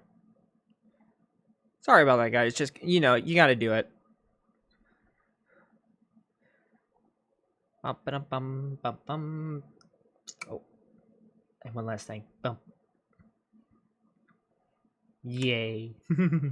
Gun fires a flare up into the sky, which all of his men know is the signal to retreat back to the rallying point, which is an old cemetery about 650 meters away. It's on top of a hill, so they're going to have the high ground, some cover, and that's where their comms equipment are, so they're going to be able to call in airstrikes. It's the only chance they have of surviving this. Oh, as soon boy. as Billy fires a flare, everybody kind of looks at him like, what the fuck's going on? And then immediately machine gun fire opens up and green tracer rounds are flying everywhere, and they all take off running back into the jungle, headed towards that cemetery. At this point, it's complete chaos. Everybody's running off into the jungle in different directions. It's essentially every man for himself. So Billy's running through the jungle. The enemy's about 100 meters behind him, shooting Holy at him. crap. He's dodging all the bullets through nothing but luck. And he gets to within 150 meters of the cemetery, which is great. So but the from problem 1 is to the last 100. 150 meters between him and the cemetery is a rice paddy, which is Oh, part of the reason that it jeez. would make a great defensive position, because ideally Basically just a swamp of farmland, basically. he would be up on that hill in the cemetery with the high ground, and anybody coming to get him would have to run through an open rice paddy, being an easy target. But now it's working against him because he's the one that has to run through an open rice paddy, being an easy target. But the enemy's closing in, and he doesn't really have a choice, so he takes off running through the open through 6-inch water in this rice paddy, makes it a couple hundred yards, and then takes a bullet to the leg and collapses. He immediately gathers whatever composure he can and starts crawling on all fours over to the side of the rice paddy where there's this big irrigation berm, and he crawls up the side. He's got a little bit of concealment as he looks back and sees that there's over 30 of his men dead in this rice paddy. Oh,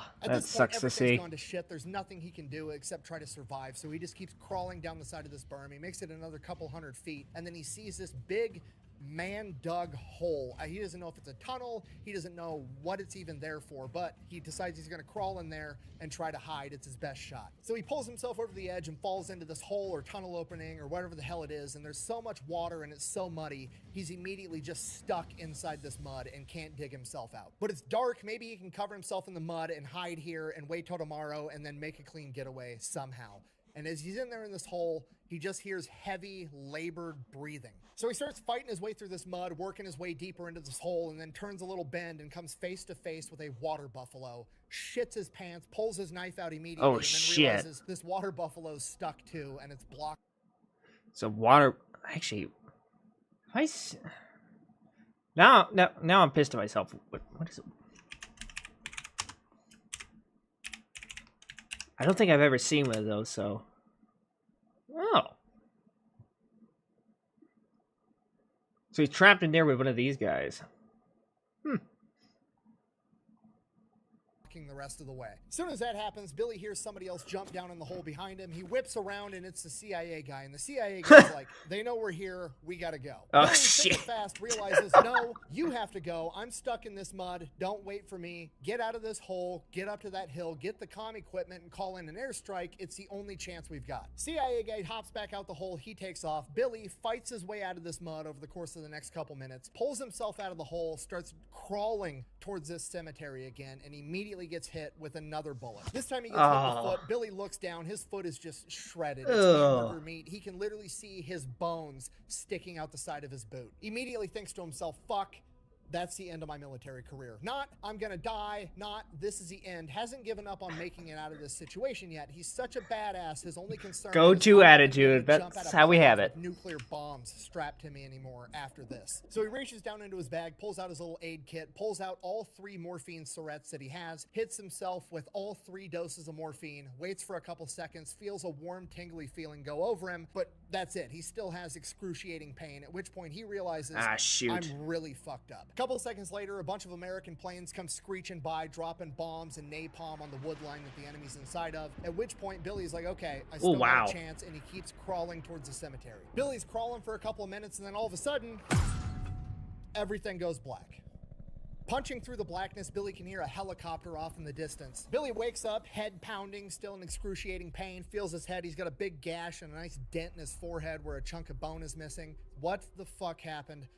Oh shit, the sun was over there and now it's over there. How much time has passed? He looks at his watch is gone, and then he's like, oh shit, I was wearing sleeves. Where are my sleeves? He looks down. He is butt-ass naked on the side of this berm, covered in mud that is now baked to his skin. He has no idea what actually happened. His best guess is that he caught a ricochet round to the head, knocked him unconscious, and then the NVA found him, assumed he was dead because how fucked up he was, stripped him of his clothes, stole his Rolex, and left him. So the helicopter lands, they pick Billy up. He finds out that himself and 15 other men were the only ones to survive. The medics start working on him, giving him medication. He passes back out, and for an unknown amount of time, he's just in and out of consciousness. He's in an aid station, then he's in a hospital. He vaguely remembers General Westmoreland visiting him at his bed and giving him his 6th Purple Heart and a Silver Star for Valor. And the next thing he knows, he's back in America in a hospital for the first time in 5 years. So when he really comes around, he's at Walter Reed Medical Center. He figures figures out everything that happened to him, and while he was in the rice paddy and down in the mud and getting baked in the sun, leeches had made their way into a lot of his wounds, and he had deep infections inside of his leg, and they were talking about amputating his entire leg. Whoa, no touchy. No touchy.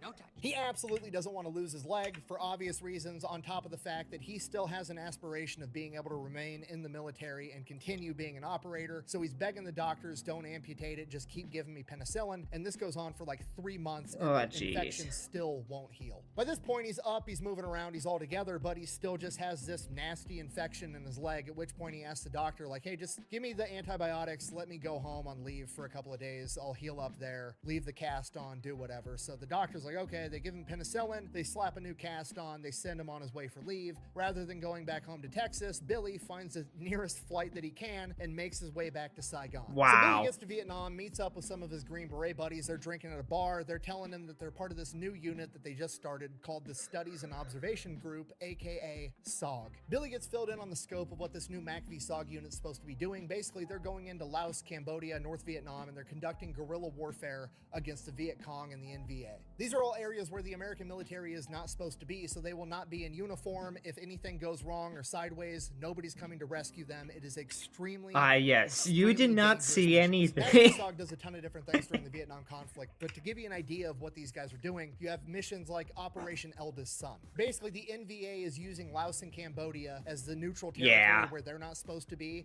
able to smuggle supplies deep down into South Vietnam so that the Viet Cong bad guys don't tend to follow the rules. The war going on that front. So MACV SOG during Operation Eldest Son goes into based on perspectives, bad guys. Essentially waging a shadow war. They track down where the NVA are and where they're leaving all these weapons caches for the Viet Cong, and then rather than just destroy it so they know they're there, they decide to be sneaky and they go into these weapons caches and swap out a bunch of the weapons, equipment, and ammunition with faulty weapons, equipment, and ammunition, with the goal being to harbor distrust and demoralize the Viet Cong, because it's pretty hard to wage a war when you go to reload with all the bullets the NVA gave you and then suddenly your gun jams or it blows up in your face because the Americans swapped it out with faulty ammo. And if you want to see what that looks like, my friends Adam and Bryce over at the Ballistic High Speed channel actually did an entire video on Operation Eldest Son where they actually tested this faulty ammunition to see what it would look like in super slow-mo. I'll throw up a clip here now, but they have a full video on their channel. Oh, wow. After hearing this, Billy said, and I quote, "I hadn't felt this sure of anything since I joined the Special Forces in Germany in 1953. Wounds or no wounds, infection or no infection, limp or no limp, I simply had to be in this unit. There was no doubt about it." So Billy goes back to America, goes back to Walker pure Reed, determination to keep going. Over the course of the next couple of months, saves his leg, and then puts in a request for transfer to this new MACV SOG unit. They absolutely don't want to put him in this unit. At this point, Billy's 38 years old, almost lost his leg. He's still walking with a limp, but according to him, he lied, conned, and connived his way into that unit and ends up becoming the SOG Airborne Coordinator because he does have a ton of experience and he would still be a useful asset, maybe if not in the field, still in the mental game. Billy takes that job because he knows it's going to get him one step closer to getting back to combat. Over the course of the next 8 months as Airborne Coordinator, he oversees 5 MACV SOG teams that conduct 48 cross-border top-secret missions. Hunting a general. June 1967, Billy gets called into SOG headquarters in Quezon, and he gets briefed on a new mission. A mission that was so important, they were going to shut down all the airspace over Vietnam, and there weren't going to be any aircrafts in the air that weren't directly involved in this mission. As far as the U.S. government is concerned, this is the most important mission on the planet. And as the briefing continues, Billy finds out why this mission is so important, because U.S. intelligence has found out that the NVA's top general, General Giap, is going to be a secret NVA base inside of Laos, which is a neutral territory, and this is going to be one of, if not their only chance to take him out. Taking out General Giap would be a humongous blow to the NVA morale. He is the heart and soul of that entire military. Ho Chi Minh is like the political leader. He's like the president. This is the equivalent to like Patton in World War II to America. He's literally nicknamed the Communist Napoleon and the Red Rom. That's insane. If they can take him out, they could literally end the entire war right now. The problem is that the secret NVA base in Laos, codenamed Oscar 8, is a defender's dream. It is geographically perfect, making an assault on land basically impossible. So this is going to have to be an air assault mission, which isn't ideal because, as I'm sure you can imagine, trying to land a helicopter full of troops onto a fortified enemy base isn't a Yeah, good that's idea insane. either, but it's the best one we've got. So the plan is they're going to send in a bunch of B-52s. They're going to drop 945 bombs on this base. Oh. And as soon as that bombing run is done, 2 Marine helicopter gunships are going to come in and do strafing runs on the base. From there, we're going to bring in the transport helicopters with like 50 SOG guys in one big hatchet force. And they're going to be supported overhead by So basically just full send on that one point. Oh, shit. Gosh darn it. I did it again. I don't fucking like the NVA guys. They treated all my people like shit. Cambodian outpost from an NVA ally to an American ally. Up the surviving hatchet force members. Then the Sky Raiders show up and want to off as they make their way over to planet. And as the briefing continues, Billy finds like in super slow-mo. I'll throw up. All right. He oversees 5 MACV-SOG teams that conduct 48 cross-border top-secret missions. Biggest blow to the NVA morale. He is the heart and soul of that entire military. Ho Chi Minh is like the political leader. He's like the president. This is the equivalent to like I think we're back to where we were. Sorry. He's literally nicknamed the Communist Napoleon and the Red Rommel. If they can take him out, they could literally end the entire war right now. The problem is that the secret NVA base in Laos, codenamed Oscar 8, is a defender's dream. It is geographically perfect, making an assault on land basically impossible. So this is going to have to be an air assault mission, which isn't ideal because, as I'm sure you can imagine, trying to land a helicopter full of troops onto a fortified enemy base isn't a good idea either, but it's the best one we've got. So the plan is they're going to send in a bunch of B-52s. They're going to drop 945 bombs on this base. And then as soon as that bombing run is done, 2 Marine helicopter gunships are going to come in and do strafing runs on the base. From there, we're going to bring in the transport helicopters with like 50 SOG guys in one big hatchet force. And they're going to be supported overhead by F-4 Phantoms and Sky Raiders. And once these guys draw all the attention, we're going to send in 2 more helicopters on the other side of the base with 2 9-man SOG teams. So one big their misdirection, entire huh? objective is to figure out where they're hiding General Gap and take him out. And while all this is going on, Billy, the airborne coordinator for SOG, is going to be up above Oscar 8 in a little tiny Cessna plane, being the eyes in the sky for the men on the ground and reporting back to base. The next morning at 6 So a.m., Billy is already up over Oscar managing 8, this doing whole laps operation. around That's it, getting lay of the crazy. land, and 9 B-52s take off as they make their way over to Oscar 8 to do their bombing run. Billy's watching as the B-52s approach, and he sees the enemy uncover all of their anti-aircraft guns that are on the ridge overlooking Oscar 8 that they did not know were there. The anti-aircraft guns open up on the B-52s, but the B-52s are so high they barely even notice, continue their bombing run as planned, dropping 945 bombs directly on top of this base. But Billy is still having his oh fuck moment, because while it's not a problem for the B-52s, it is absolutely going to be a problem for the helicopters that are coming in much lower than the B-52s were. And those helicopters are coming in like 2 minutes. So Billy gets on his radio, abort mission, abort, pull back now. Radio silence, nothing's going through. Billy's panicking, he's switching over to different channels. He's having the pilot of the airplane in front of him try to use his radio. Nothing's getting through. At this point, Billy can literally do nothing but continue trying to get a radio message through as he watches in horror as the 2 Marine gunships approach, begin their strafing run, and both immediately get shot down. As soon as the gunships impact the ground, Billy can already see the transport helicopters coming with the hatchet forces, but the way that the planes crashed, they tucked themselves up inside the ridge, so those helicopter pilots that are coming in aren't going to be able to see the crash. No. Billy's still trying to get through on radio, telling the hatchet forces not to land, but he can't get through, and they go to make their landing and both get shot down as well. And Billy is watching tens of men falling out of these helicopters as the helicopters plummet to the ground. From Billy's perspective, everything's moving in slow motion and fast forward all at the same time. That is He's terrible. watching men crawling out of burning helicopters as the 2 F-4 Phantoms come screeching by, traveling at Mach 2 and attempt to hit these anti-aircraft guns. One of them gets shot down as well. As the SOG hatchet forces continue exiting the helicopter, going into bomb craters, picking up defensive positions because they're completely surrounded by hundreds of NVA soldiers. Then the Sky Raiders show up and one of them is shot down as well, and then the hatchet forces are actually able to communicate with Billy via radio. They tell Billy they've got 25 men alive, but they're completely surrounded as the pilot tells Billy, we're almost out of fuel, we have to turn back now or we're not going to make it. Billy tells the hatchet forces on the ground to hunker down, he's going to be back. As they make their way back to the airstrip, he finally reestablishes communication with headquarters, and they don't know anything.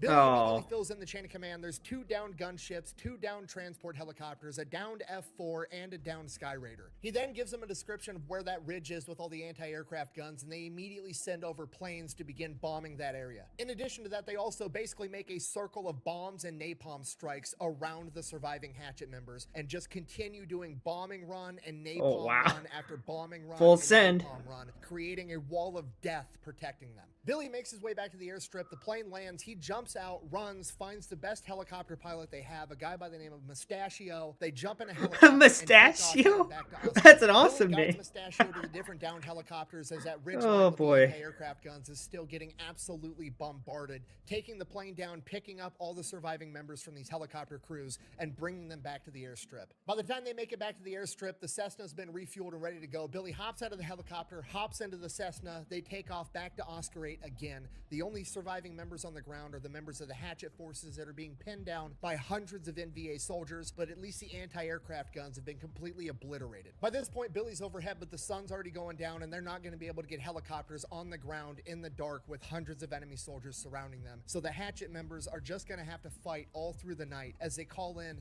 C-130 Spectre gunships to give fire support. The Spectre gunships, the bombing runs, and the napalm runs continue to protect these guys all through the night while Billy is constantly flying overhead in his Cessna, observing everything. At first light the next day, they bring in 4 transport helicopters, landing them in the bomb craters next to the bomb crater that they're inside of, picking up the surviving hatchet force members. They get back to the airfield, they do a head count, and there's still 24 men that are missing in action. For the next 4 days, Billy and the rescue crews canvass the entire area looking for any sign of these men so that they could go down and rescue them, and for days they don't see anything. And on the 4th day as they're flying over, Billy spots a bright red rescue panel. They pivot, shift the plane to fly closer, and it's actually sitting on top of a SOG member's chest. As they get closer, the SOG member raises his arm, giving the thumbs up, and Billy marks the area, and they got to come back and get him. Billy immediately calls in a rescue helicopter, explaining that it is more than likely a trap, but they have to go in and save him anyways. He instructs the aircrew this is going to be an extremely dangerous mission, and their best chance is to have one guy rappel out of the side of the helicopter to the ground with an extra harness, hook up this other member of the team that's injured, and pick them both up as they dangle from the helicopter and fly them out of the immediate that's area, insane. find somewhere else to land to actually get them inside of the helicopter,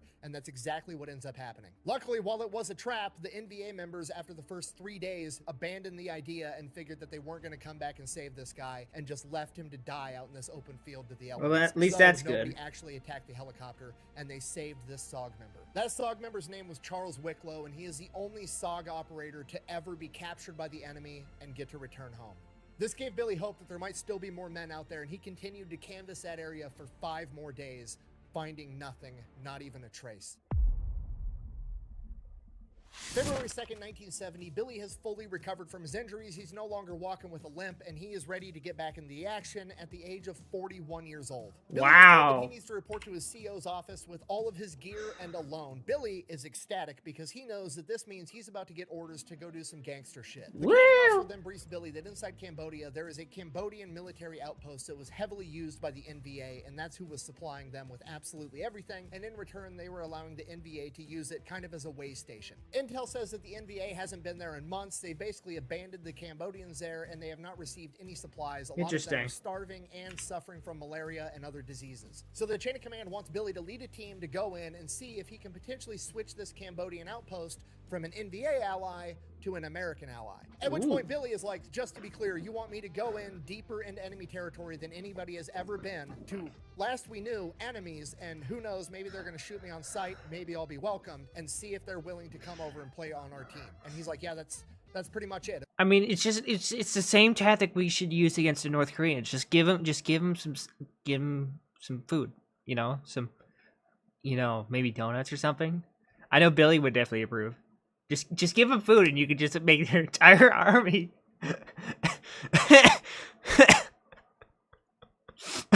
I can't even finish my sentence. It's too funny to say. At this point, Billy is like, dope, I'm in. Let's do this. So Billy goes, he grabs 2 more SOG guys, he grabs a commo specialist, a demolition man, and then he grabs an interpreter, and they take off in a helicopter into Cambodia. I know. In the helicopter, Billy hops out, trying to make himself appear as though he's coming in peace, which he is. They're definitely not shooting at him yet, so that's a good sign right off the bat. People kind of start to gather around the helicopter, and then as the people start to gather around, the man in charge shows up, a elderly man that's known as Colonel Savut. He has very very yellow, jaundiced eyes, a gunshot wound, and a big, nasty scar on his head that's long since healed. Billy and him begin communicating through the interpreter, and the colonel basically tells him, like, yeah, I don't fucking like the NVA guys. They treated all my people like shit. They kind of just took all the supplies that they wanted, not caring how many supplies they left us. We've been Oh, and arseholes. riddled with disease forever. And Billy is like, I can help with literally all of that. Goes over to the helicopter, opens up a case of just piss-warm Budweiser, hands the colonel one. He's Let's pumped, go. pops the top, chugs the entire thing, and begins handing out Budweisers to all of his other officers. Bring you a beer. So I brought you. Now, at this point, the colonel asks Billy, okay, cool. If we work with you, how are you going to protect us? Because right now, the NVA is leaving us alone to basically starve and die of disease. But if they find out that we're working with you, they're going to come slaughter all of us. That's Billy true. thought way ahead, and he knew this question would pop up. He already has F-4 Phantoms up in the air doing hot laps around their immediate area. So he goes over to the colonel and is like, I'll tell you what, point to anything off in the distance that you don't like. The colonel then points over to this small cluster of trees off in the distance that are kind of standing out on their own. Billy looks over at the commo guy and is like, send it. And within 6 dude, that's so American. All the Cambodian men start cheering, and the colonel's like, we're in. Billy, crew, they can return to where they came from. Delete that. Just start sending in Those all of trees the are blocking that American area helicopters over there. start showing up just one after another, bringing food, guns, medicine, medics, concertina wire, everything they need to fortify this position, feed the people, and start treating malaria. The Cambodians are blown away by how much shit the Americans are bringing in and how fast it's coming. They're basically going to have their own Burger King in the next 48 hours. Let's go. It's American diplomacy done to perfection. You show up with guns, booze, and ham sandwiches and start handing them out. It doesn't matter who it is. When you gift them with the American trifecta of diplomacy, they're always like, you know what?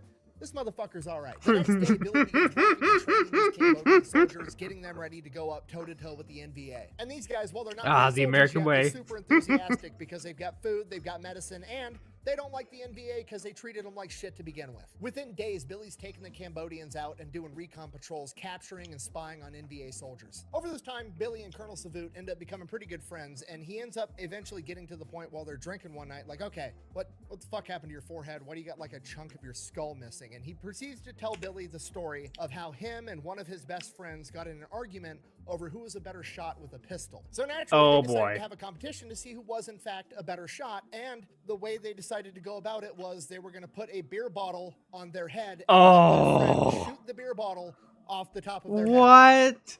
Obviously. Colonel Savut apparently went first and shot the beer bottle clean off his buddy's head, and then his buddy went second to see if it was just as good of a shot and proceeded to shoot Colonel Savut directly in the head. At which point Billy's blown away and he's like, man, I bet you're not friends with that guy anymore. And he's like, no, we're literally best friends to this day. Sorry, I thought you were a deer. All right, I'm gonna go keep conducting business now. Bye-bye. So Sog and the Cambodians continue to harass the NVA, and then on March 1st, one of the Sog members that was leading the Cambodians actually gets injured in combat. Cambodians get this guy back to the base, and Billy has to get this guy out to a real hospital. Why males do not last as long as women?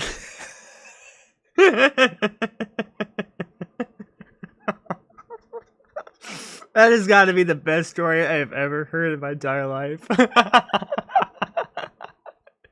They just challenge each other. It's literally the apple and the arrow story, except it's with beer and a gun, which sounds so American.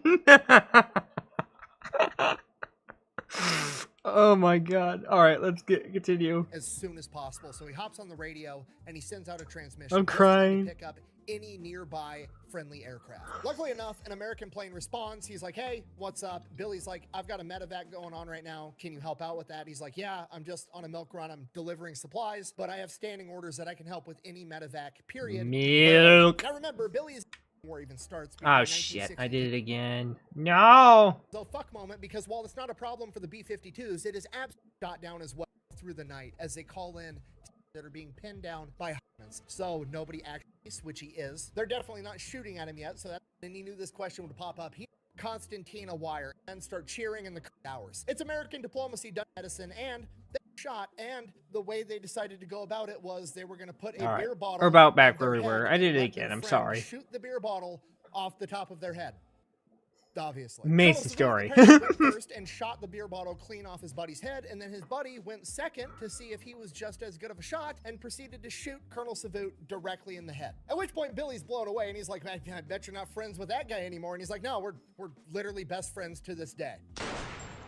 Sorry, I thought you were a deer. At which point Billy's Michigan moment. like, all right, I'm gonna go keep conducting raids now. Bye-bye. So SOG and the Cambodians continued to harass the NVA, and then on March 1st, one of the SOG operatives that was leading a team of Cambodians actually gets injured in combat. Cambodians get this guy back to the base, and Billy has to get this guy out to a real hospital as soon as possible. So he hops on the radio, and he sends out a transmission just trying to pick up any nearby friendly aircraft. Luckily enough, an American plane responds. He's like, hey, what's up? I appreciate Billy's it, like, X-Men. I've got a medevac going on right now. Can you help out with that? He's like, yeah, I'm just on a milk run. I'm delivering supplies, but I have standing orders that I can help with any medevac, period. Where are you? Now remember, Billy is inside of Cambodia. Americans are not supposed to be inside of Cambodia at this point. This is all top secret shit. So Billy, we were never there. I'm in You get what I mean? Cambodia, Never open there, radio quote waves. unquote. He's like, I'm 32 kilometers directly west of Duck Ho, and Duck Ho is like right on the Vietnam-Cambodian border. Oh no. Dope, I'm on my way. That would put him well into Cambodia. So Doesn't even question it. I love it. The Cambodians clearing a bunch of shit out of the way to make a makeshift runway for a plane. All the other stuff they've had come in so far has been on helicopters. Nobody's supposed to be landing planes here. But he's got a guy to save, and we've got to fucking figure it out. So they clear everything out. They get as big of a runway as they possibly can. This plane shows up, does a hot lap around it, scoping out the landing field, and the pilot messages back down like, how sturdy is that ground? This is a really short runway. And Billy's like, oh, it's sturdy. I checked it. So the pilot circles back around, lands the plane. The ground was not sturdy. He ends up sinking the tires, and the plane is now stuck in mud. The pilot gets out all pissed off, like, I thought you told me the ground was sturdy, and where the fuck even are we? At which point, Billy's like, welcome to the Bakev International Airport. And the pilot's like, Bakev's in Cambodia. And Billy's like, uh-huh. And this dude just immediately starts shitting his pants. Like, he's not supposed to be in Cambodia. He's thinking, like, he is now part of an international incident because he just downed a plane, and it is now stuck in a country he's not even supposed to be in. Did you Yes. Worth mentioning, the plane that he landed was a C-123 provider. It's a fucking cargo plane. Okay? This is not a small aircraft. No. He's basically like, okay, chill. Just what do you need to get this plane up off the ground? And the pilot's like, well, first we're gonna have to undig it out of the mud. We're gonna have to pull it back to that tree line to give me as much runway as possible, and that's still not gonna be enough runway to clear the other tree line on the other end of it. At which point the pilot's like, I'm gonna need JTOW bottles to get this plane off the ground before I have to hit those trees. If you don't know, JTOW bottles are jet takeoff bottles. They're literally jets that you can strap to Oh yeah. to get it more speed right out of the Literally gate. video game jets that you strap on. And the pilot is shitting his pants because obviously you're not going to be able to get JTOW bottles inside of Cambodia, but Billy isn't worried about it at all. Hops on the radio. He's Billy Waugh. They're going to give him whatever the fuck he wants. Nice. The JTOW bottles show up, and then they strap that to the plane. The plane takes off, gets in the air. Crisis averted. The dude's getting sent to the hospital. Hooray. Once the plane gets up in the air, Billy Waugh radios to the pilot one last time. And then he radioed the pilot and said, "You did not see anything." I'm like, hey, thanks for the help. At which point the pilot replies, Sergeant Major, don't ever fucking call me again. Shortly after this, Billy receives intel that the NVA are building up a massive force of troops, and he is the obvious target that they are coming to take out because they are sick of him harassing them. This tells Billy his work here is done. He then proceeds to evac himself, all the Americans, and then every Cambodian man, woman, and child that were living at that outpost into southern Vietnam, and lets the government take over from there. Aw, retirement. Oh, fuck! God damn it! There are trees off in the distance that are kind of standing out on their own shift runway for a plane. Sent to the hospital, hooray. Once the plane gets up, we need to figure out a different way to get soldiers onto the battlefield in the right, because obviously and Billy back and are becoming insurmountable. They're losing so many men, so many helicopters in helicopter crashes, helicopters getting shot down. They need to figure out a different way to get soldiers onto the battlefield in the right location, deep in enemy territory, that doesn't rely on helicopters. And Billy Waugh is one of the main dudes helping to pioneer this new strategy. And this eventually evolves into what we know today as halo jumping. And what that means is it's different than normal airborne operations, right? When you see a normal airborne operation, you see that when the soldier jumps out of the plane, he then has a rope that's connected to his parachute, and once that rope reaches its end, it automatically pulls the parachute open for him, and then he drifts to the ground. Halo jumping is exactly what it sounds like. The plane is going to be much higher at a higher altitude. Oh, yeah. Opening, and then you're going to free fall without a static line. You're going to keep track of your own altitude, and then you're going to pull your parachute at the last possible minute to get it open and keep you from splattering all over the ground. And this is still the technique that's used by special forces to this day to get somebody deep into enemy territory unnoticed. And not only does Billy help pioneer this technique, he is the first man to ever Halo Really? jump into combat. Oh, that's November 28th, crazy. 1970, when he jumped into Laos. From there, Billy is in theater conducting multiple Halo jump operations until SOG is eventually disbanded on May 1st, 1972. SOG ends up getting disbanded because obviously back home, the Vietnam War as a whole is very unpopular. Yeah. Popularity back home, a lot of the people in the conventional side of the military like to blame all the special forces guys for always getting them into deep shit, so it led to a lot of hostility on special forces in general, which is the catalyst that led to SOG getting disbanded. By December of 1972, America launches Operation Linebacker 2, which is a massive bombing campaign on the North Vietnamese, and they continue to bomb them pretty much all day and all night for about 11 days straight, dropping 20 tons of bombs on the enemy. In order to get that to stop, Crazy. the NBA agreed to come to the negotiating table, and by January of 1973, the Paris Peace Accords have been signed, officially bringing an end to the Vietnam War. The Paris Peace Accords essentially said that both sides of the war would stop military activity in neutral territories like Laos and Cambodia, even though neither of them were actually there, allegedly. Of course. Of course. After America wins, the North and South Vietnamese will come to a peaceful agreement amongst Oh, themselves. jeez. It didn't really work out that way, but that was how it was supposed to happen. Billy is super pissed off. He wants to keep fighting and win this war. Yeah. That's just not in the cards, and he's so pissed off that he basically tells his chain of command, okay, I'm 43 years old.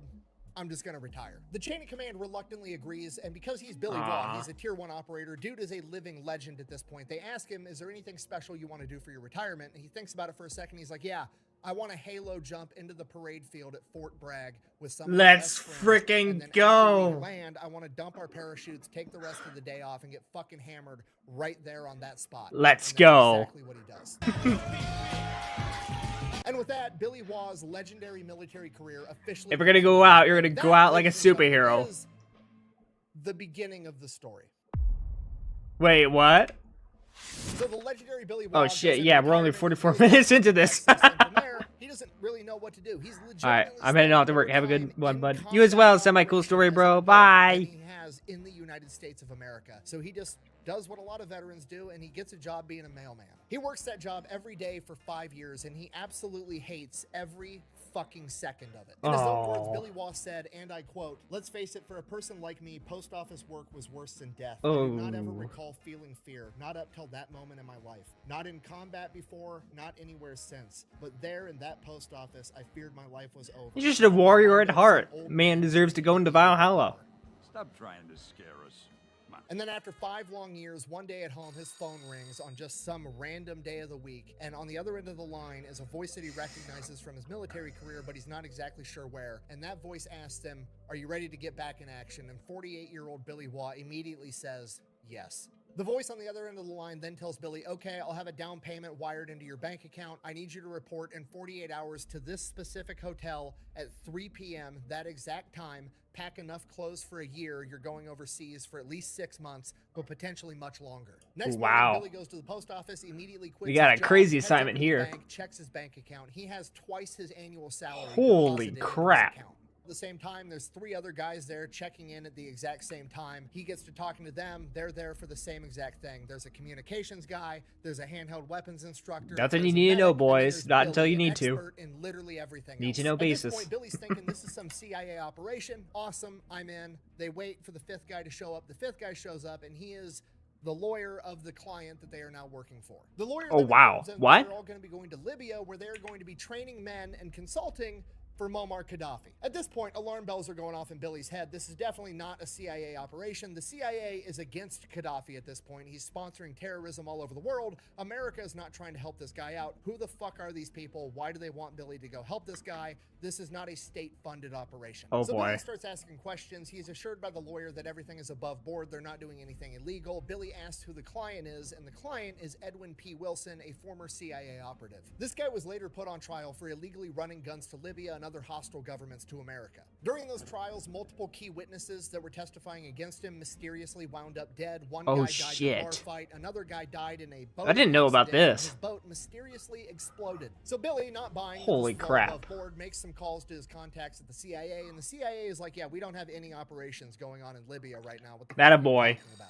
Then Billy gets a return call from some voice he doesn't recognize, some guy he doesn't know, that asks him to meet up at a restaurant in Arlington, and Billy agrees. He goes there. The guy identifies himself as working for the CIA, shows his All right, badge, that's shows good. all his credentials. Billy's satisfied that this guy does in fact work for the CIA. Pat, the CIA guy, then explains Some the whole shit's going situation, down. that this is not a CIA-funded operation, but the CIA would like Billy to work for them. The CIA is keeping an eye not only on Gaddafi, but on Edwin P. Wilson as well, and they want Billy to go in and be their eyes and ears on the ground. He also gives Billy a camera and tells him to take pictures of any sensitive military equipment that he comes across going to all the bases. Yeah, full Billy spy goes shit. and Let's does that go. for 2 years, constantly reporting back intel and pictures to the CIA, giving them information that would eventually lead up to Edwin P. Wilson getting convicted. The bad news, when your boss gets convicted, you're out of a job, but the good news is Billy is now in good standing as an independent contractor for the CIA. From here, Billy falls off the grid for the next like 10 years doing God knows what for the CIA. Yeah, It's all redacted. just gangster crap. Don't worry about it. Just gangster stuff. So the next time we know what Billy's actually up to is in 1991, when at the age of 63, he is sent to Khartoum, Sudan, aka K-Town. Now, Oh, K-Town wow. in the 1990s is basically Mos Eisley from Star Wars. Look, the Mos Eisley. Simply put, this is the real-world location where all the Bond villains hang out. And one of Really? the newcomers is a religious Wow. fanatic that's forming a new terrorist organization known as Al-Qaeda, and that guy's name is Osama bin Laden. Also worth mentioning, inside the CIA, nobody wants this job working in K-Town because it's in Sudan, it's hot as fuck, it's super dangerous, and if you're a white guy, you stick out like a sore thumb. The unfortunate truth.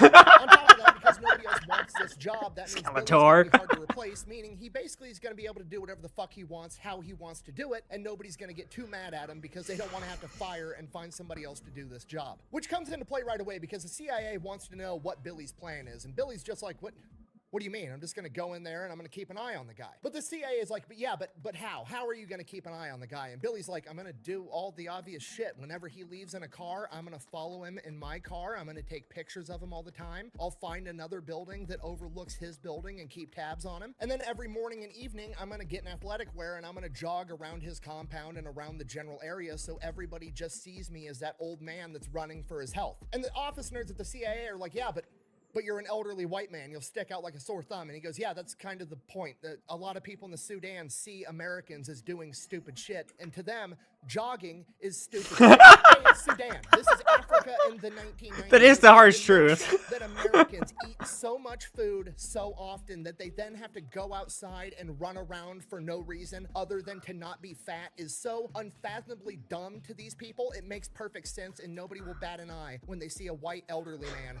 jogging around. But naturally, the office nerds over at the CIA are like, well, we don't really think that's a good idea. I know that you think that based on, I don't know, your previous 40 years of experience Oh, of operating, probably jeez. been doing it longer than I've been alive. But I don't think that's a good idea. Instead, what you should do is wear a disguise. So the CIA went out and hired a Hollywood prop house to Oh, make no. Billy a rubber disguise. So they give this mask to Billy. This mask is like from here up so that the neck and face match for skin tone, and he has gloves as well. And since he's in Africa, he is now going to be portraying a black man. And Billy is like, blackface, you want me to do Oh, blackface while I spy no. on terrorists? Oh.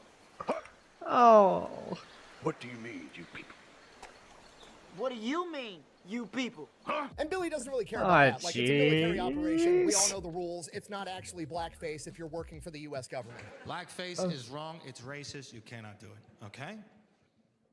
Then you see them Navy SEALs commercials. You're like, all right, well, kind of. Sometimes you could do it. Right? The whole Navy SEALs commercial. is like, Gosh. look how Oh. cool blackface is on a helicopter. helicopter. The real problem is the mask is absolutely ridiculous. When you put a mask over your head, obviously jeez. your head is now disproportionately large. The lips don't actually move. And Billy said a combination between the mask just being disproportionately large for his head and the over-exaggerated features of the mask, the lips of the mask were so large that when he drove his car, he had to turn his head down so that he could actually see where the fuck he was going. So he's driving around town like this all day. And the worst part, it's Sudan. It's 120 degrees there and nobody has air conditioning, and he's wearing a rubber helmet and rubber gloves 24/7. It fucking sucks. He's sweating his ass off the entire time, and he's a 63-year-old man. But you know what? Fuck it. If that's what the CIA wants, that's what the CIA is gonna get. Billy does just that. I'm a dude playing a dude disguised as another dude. So this goes on for a little while, and then one of the CIA office nerds comes out to check on Billy, and Billy is like, haha, time to put your mask on, homie. And we've all had this moment, you know, where the boss comes down from his office at work and he's been making everybody do stupid shit, and it's finally his turn to experience how dumb what they're making you do actually is. So the CIA office guy gets his rubber mask and his rubber gloves, puts it on, and hops in the car with Billy. And this is Africa. There's no traffic laws. Billy's weaving in and out of traffic, driving like a bat out of hell. The CIA guy's already getting nervous just from how he's driving. The CIA guy looks down. There's a big-ass hole in the floor of the car because Billy's driving some 15-year-old beat-up Toyota. They roll up on a military checkpoint that they obviously have to stop at to not get shot. Billy stops the car. Dude walks right up, shoves his AK right into Billy's window. Billy's completely chill. This is just day-to-day shit for him. CIA office guy shitting his pants. And when you get within, like, I don't know, 6 feet of somebody wearing one of these masks, it's very obvious to everyone in their cars wherever they go. Bin Laden's got like 10 bodyguards with him at all times. At one point, Billy's tailing Bin Laden's Mercedes in his car, and as he's following one of the about it the entire time, right? He's a 63-year-old man that's been operating for the worst time of his life, takes him back, drops him off, and yeah, Billy didn't have to wear the mask after That's that. good. So now Billy gets to do Sorry, his job I the way he actually wants skipped to do there it. a little He bit. proceeds to just be a stone-cold gangster about it the entire time, right? He's a 63-year-old man that's been operating for 40 years. He doesn't give a fuck. Is he right? He's jogging around Bin Laden's compound every single morning. He says he gets within like 10 feet of them on multiple occasions, almost weekly at this point. He's Wow. in their cars wherever they go. Bin Laden's got like 10 bodyguards with him at all times. At one point, Billy's tailing Bin Laden's Mercedes in his car, and as he's following, one of the guards in the back seat turns around and notices Billy is right behind him and lifts up his AK and points it at him. Billy doesn't even flinch, is just sitting there at this stoplight or stop sign, grabs a fake air grenade and just motions, pulling the pin with his teeth and throwing it at him, like literally just telling the dude, go ahead, shoot me, fucking see what happens. Anything happens to us? Gone. And guess what Osama bin Laden's bodyguard does? Not a damn thing. Reflecting on this exact moment later in life, Billy said, and I quote, "My attitude with these guys was always very simple. Fuck them. My guns are just as good as theirs." This might be the most badass old man to exist ever. So Billy continues to basically overtly spy on these guys, and he ends up getting an apartment building that overlooks Osama bin Laden's compound. And then he just spends a ton of time hanging out on the roof, overlooking, taking pictures, looking at him with binoculars and all kinds of shit. And again, it doesn't seem that irregular because everybody in Sudan just kind of hangs out on their roof because there's no air conditioning and it's cool up there with the wind. So he's just sitting up on top of the roof in the middle of the desert under some shade. Nice. Just chilling. And over time, he starts to Lovely realize vacation. just how insanely devoted all of these guys' followers are. This guy's not just a leader, he is a spiritual leader. These people believe that if they do what he's saying, their war even starts Oh, between fuck. 19... Come on. I'm gonna get pissed at myself at this point. It's very obvious to everybody that you are, in fact, wearing a mask, so they're about to... This might be the most badass old man to exist on Osama bin Laden. And over time, he starts to realize just how insanely devoted all of these guys' followers are. I hate myself sometimes. Leader. He is a spiritual leader. These Not people literally. believe that if they do what he's saying, they're going to get to go to heaven, and he recognizes that that is extremely dangerous. Yeah, now, that's remember, insane. This is 1991, and at this point, Osama bin Laden is not what he eventually turns into yet. But Billy sees all the potential, and more importantly, all the intent there, so he comes to the conclusion, we should just kill this guy and be done with it. So Billy ends up writing a mission proposal. He knows absolutely everything everything about Osama bin Laden at this point. He knows when he wakes up, he knows when he goes to bed, he knows when he eats breakfast, he knows when he prays, he knows when he's getting into his car, and he knows where he's running his errands inside of that car. He knows absolutely everything about this guy's daily routine. So Billy wants to get one more CIA guy and one more car. So it's going to be Billy, his car, a CIA guy, and another car. And what's going to happen is the CIA guy is going to get in a head-on collision with Osama bin Laden's car, and then Billy's going to pull up right behind him, and then when Osama bin Laden and all his bodyguards get out to start yelling because he caused a car wreck, Billy's going to come up behind him and just shoot everybody in the head. Okay, it's a good plan. 2 guys, 2 cars, 1 suppressed Straight and MP5, simple. grab Osama bin Laden's dead corpse, throw it in the trunk, drive to the Iranian embassy, throw it over the wall with a couple of flashbang grenades to get everybody's attention, get a ton of news coverage all over it, and then walk away. This proposal makes it all the way to the desk of President Bill Clinton, and Bill Clinton sends a response back to the CIA. I'm paraphrasing, but it basically said, "We're not doing this. Please don't recommend anything like this ever again." At that point, it becomes clear that the CIA is not actually going to be allowed to do anything about this guy, so Billy's pulled off the mission, and Osama bin Laden is just kind of left alone to do whatever he's going to do. Later in life, Billy reflected on this, and with hindsight being 2020, he said that if he would have known that bin Laden was going to go on to launch terror attacks at multiple U.S. embassies, the USS Cole, and the World Trade Center, he absolutely would have went rogue and taken him out himself. Yeah, I wish had he every did. opportunity in the world at the time. No, that sucks. All right, 1993, Billy gets called in for a top secret That really does gamma suck. level mission. I didn't know what gamma level mission meant. Apparently, it just means like super duper top secret. Oh, International let's intelligence go. organizations have Full picked up a spy phone work. call that Carlos the Jackal wants a new bodyguard and is being sent one. Now, if you don't know, in 1993, Carlos the Jackal is the most notorious terrorist of all time. He's conducted pretty much every flavor of terrorism that there is, from bombings to shootings, assassinations, Wow. hostage situations, all of them, and he's done it all over the world. So pretty much I'm surprised I every haven't heard about this country guy. wants to get a hold of this guy. The problem is that he's been off the grid for like a decade, and a lot of people actually believe that he's dead. So in order to take down Carlos the Jackal, they're going to have to go in and prove that he's actually even alive. And in order to do that, they're going to have to get up close and personal with a camera to get a clear picture. Kit So in order Kats. to do that, they call up the best of the best, 65-year-old Billy Waugh. So they bring Billy in, they brief him, they tell him when and where the security guard is supposed to show up, and surprise, surprise, it's Billy's favorite place, Khartoum, Sudan. So Billy gets into Khartoum, Sudan. He's leading a 4-man Oh my surveillance team, gosh. and they are tasked with It really taking is down Moss Carlos Isley. Sudan. They show up at the airport that the bodyguard is flying into, pretending to be businessmen having lunch, and then as they identify the bodyguard,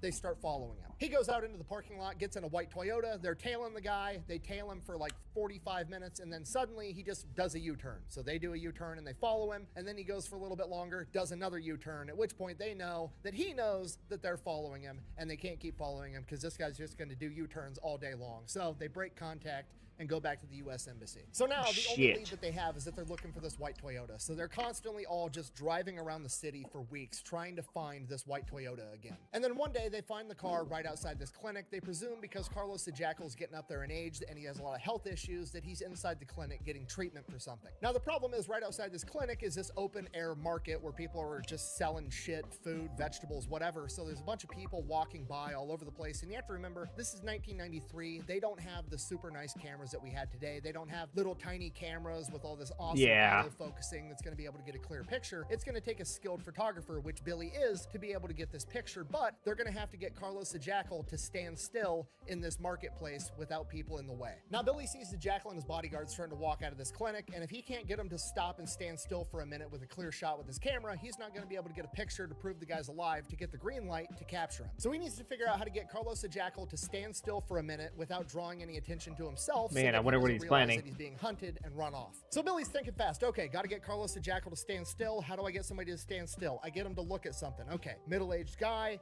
alcohol, womanizer. What's he want to look at? Tits. Don't have any tits. Okay, next best idea. A fight. I got to start a fight. He looks over to his partner, Greg. Instigate a fight right now. Yo, hit that director in the face. Maybe hard. Sorry, man. Oh no. So Greg, the CIA guy, immediately goes up to one of the vendors, starts screaming, "You cheated me, you cheated me," instigates this fight. Obviously, everybody in the surrounding area Let's starts go. looking, because that's just what you do when a fight breaks out, including Carlos the Jackal, and this gets him to stand still long enough. Oh no, the to poor get guy. He's up getting close, instigated. personal, clear pictures of Carlos the Jackal. After Billy gives Greg the signal that he has the pictures that he needs, Greg apologizes, pulls out money, hands it to the vendor. No big deal, everything's fine. They then tail Carlos the Jackal all the way back to the shitty apartment building that he's held up in. But they can't do anything yet. They have to verify that it's him, but at least now they know where he's at. So they go back to the embassy. Billy develops the pictures, has them sent over to CIA headquarters. CIA says, yeah, that's absolutely him. Gives Billy the green light to go get him. So Get that Billy goes to the motherfucker. apartment complex, finds the manager, comes up with some bullshit story that he's working for the U.S. government as like a surveyor for urban development, blah, blah, blah, blah, blah, whatever. The manager immediately knows he's full of shit and basically, you know, cut to the chase. How much money are you going to bribe me? I want like $700 a month U.S. is what he says, which doesn't seem like a lot of money to us for what we're asking. However, in Sudan, the annual... Yeah, that means a lot, $500 you know? So to him, this is a shit ton of money. American money is built different outside the States, I tell you that. Though not much anymore thanks to inflation, but yeah. Still something. Oh, what kind of funny meme does he got here? Let's play it. Oops. $1 million. Oh, yeah. How he lowballed it. Billy's over here with U.S. military DOD fuck you money budget, immediately gives the guy $700. The guy hooks him up with an apartment right above Carlos the Jackal, and Billy gets in there with a bunch of surveillance equipment. Let's go. And starts spying on him. All the intel that Billy finds, Billy kicks back to his bosses at the CIA, and then they share it with all the other international intelligence community. And what ends up happening, allegedly, as far as the story goes, is that the French government really, really wanted to be the ones to capture the Jackal. Vive la So from France. this point, allegedly, a French team comes in and takes over using all of Billy's intel, but how much the CIA was actually involved is still classified, so who actually knows? So Who we knows? don't know who actually caught him. We do know how he was caught, and what Billy found out while he was surveilling the guy was that he had a toothache. So what they did is they found a dentist nearby, paid him off to actually call Carlos the Jackal, saying they were opening up a new dental clinic and that they were looking for new customers and they were offering free checkups and repairs. Carlos the Jackal, the guy with the toothache, is like, dope, I'm gonna go get this fixed. Carlos the Jackal, at this point in time, the most notorious terrorist ever that's been on the run for over a decade, considered by many to be absolutely dead. Billy Waugh goes in and captures his ass in a matter of weeks. Yeah. In what is probably the cleanest operation ever. Clean. After capturing Carlos the Jackal, Billy continues to work for the CIA well into his old age, doing God knows what. We don't really know because it's still classified. The next time Just Billy gangster pops up crap. is in 2001 when he is 71 years old, right after the attack on the World Trade Center. Billy said, and I quote, "On the morning of September 11, I was stunned and angry and determined to place myself in a position to do something about it. I was 71 years old when those towers fell, but I didn't give a good goddamn how old I was. My country was going to war, and for nearly 50 years, that meant only one thing: I needed to get myself involved in this You war get him. also." Most people at 71 years old want to avoid staircases, and Billy Waugh at 71 wants to go to war like a complete fucking gangster. So Billy shows up to CIA headquarters ready to go to work, and they're assembling teams to ship out to the Middle East, and Billy is not getting selected. He's told that he's not going to be going, most likely because he's 71 years old. So in an act of protest, he goes out to his car, opens up his trunk, and grabs out this shitty folding beach chair and walks right back into CIA headquarters. This whole place is buzzing. It's right after 9/11. Everybody's running around, sharing information, and here's Billy, a 71-year-old man, in a beach chair, sitting in the middle of the office like this. Eventually, Billy's boss comes up to him like, what is this? What are you doing? And Billy's like, are you going to put me in or not? And the boss like, fine. You know what? Fine. Just go. Go to Kabul. Get to work. So Billy goes, recruits a team of guys just like him, and shortly after that, he is on a plane on his way to Afghanistan to hunt down Osama bin Laden with an AK-47, an MP5, a 40mm grenade launcher, and a radio. Billy Get hits the him. ground running, pretty much immediately establishes his own militia of a couple hundred guys that he's all paying to fight for him, and uses this force to go around finding everybody and anybody related to the Taliban and Al-Qaeda that he can find. While he's in theater, he participates in the Battle of Tora Bora, again, at the age of 71 years Let's old. go. And after a couple of months, he comes to the conclusion they are not going to have the quick, violent capture of Osama bin Laden that he was hoping for, and that he decides that he is too old for this shit and heads back home. And that, ladies and gentlemen, is still not the end of the story. Yeah.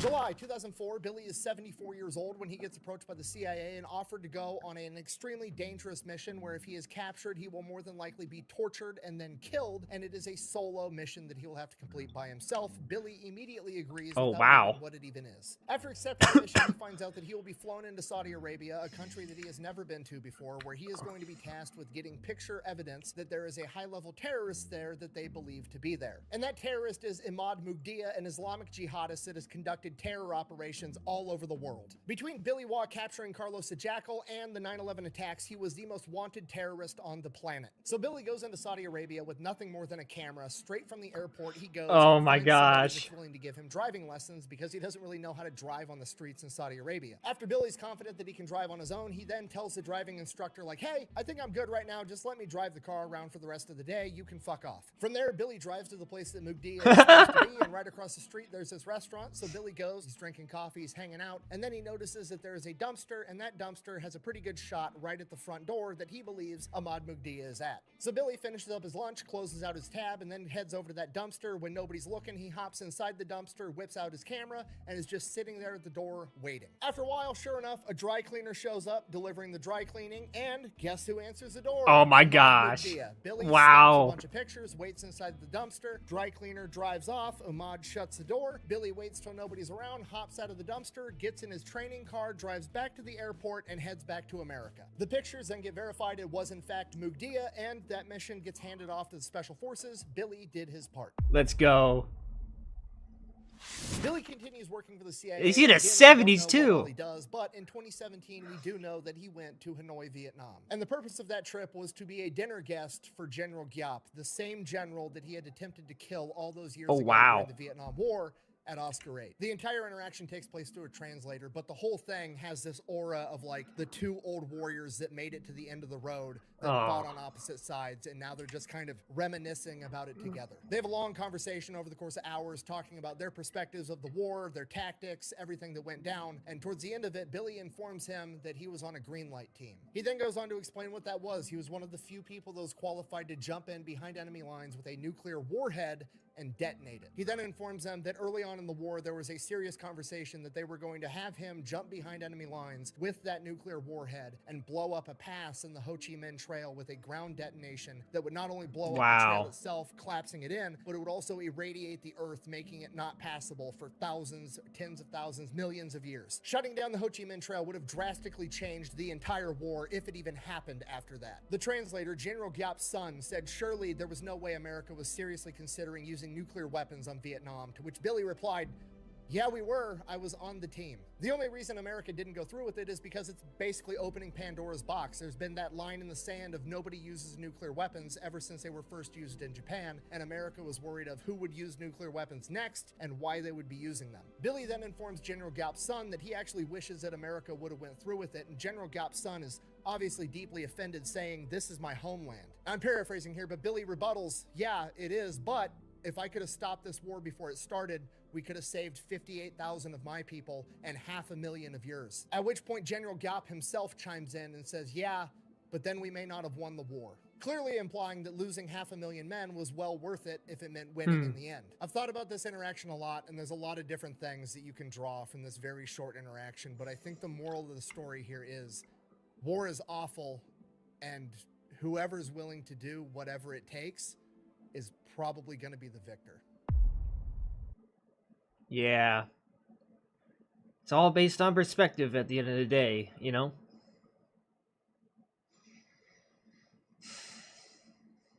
Not much else to add to that.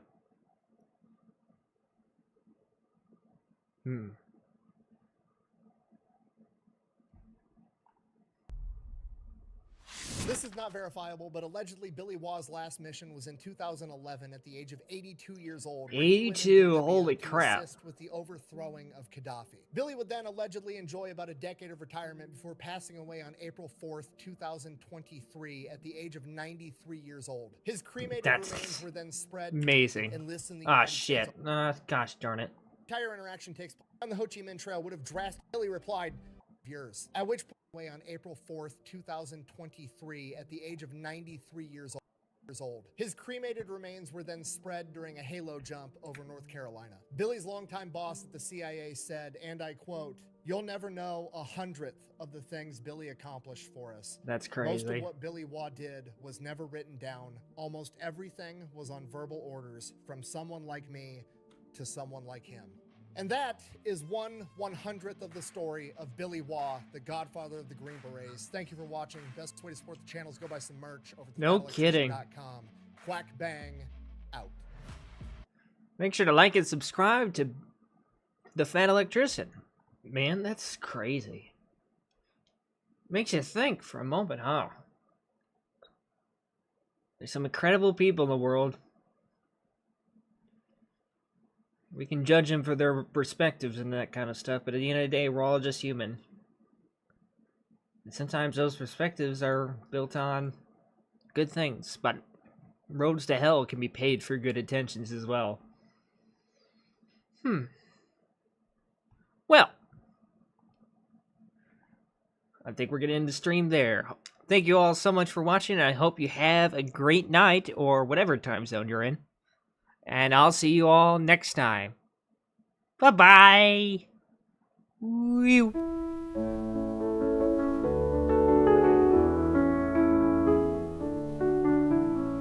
I guess this is the end. I'm afraid time won't bend. The rising moon sending a soothing tune. Our hearts feeling blues, our choice we didn't choose. Now it's time for a rest. Maybe that is for the best.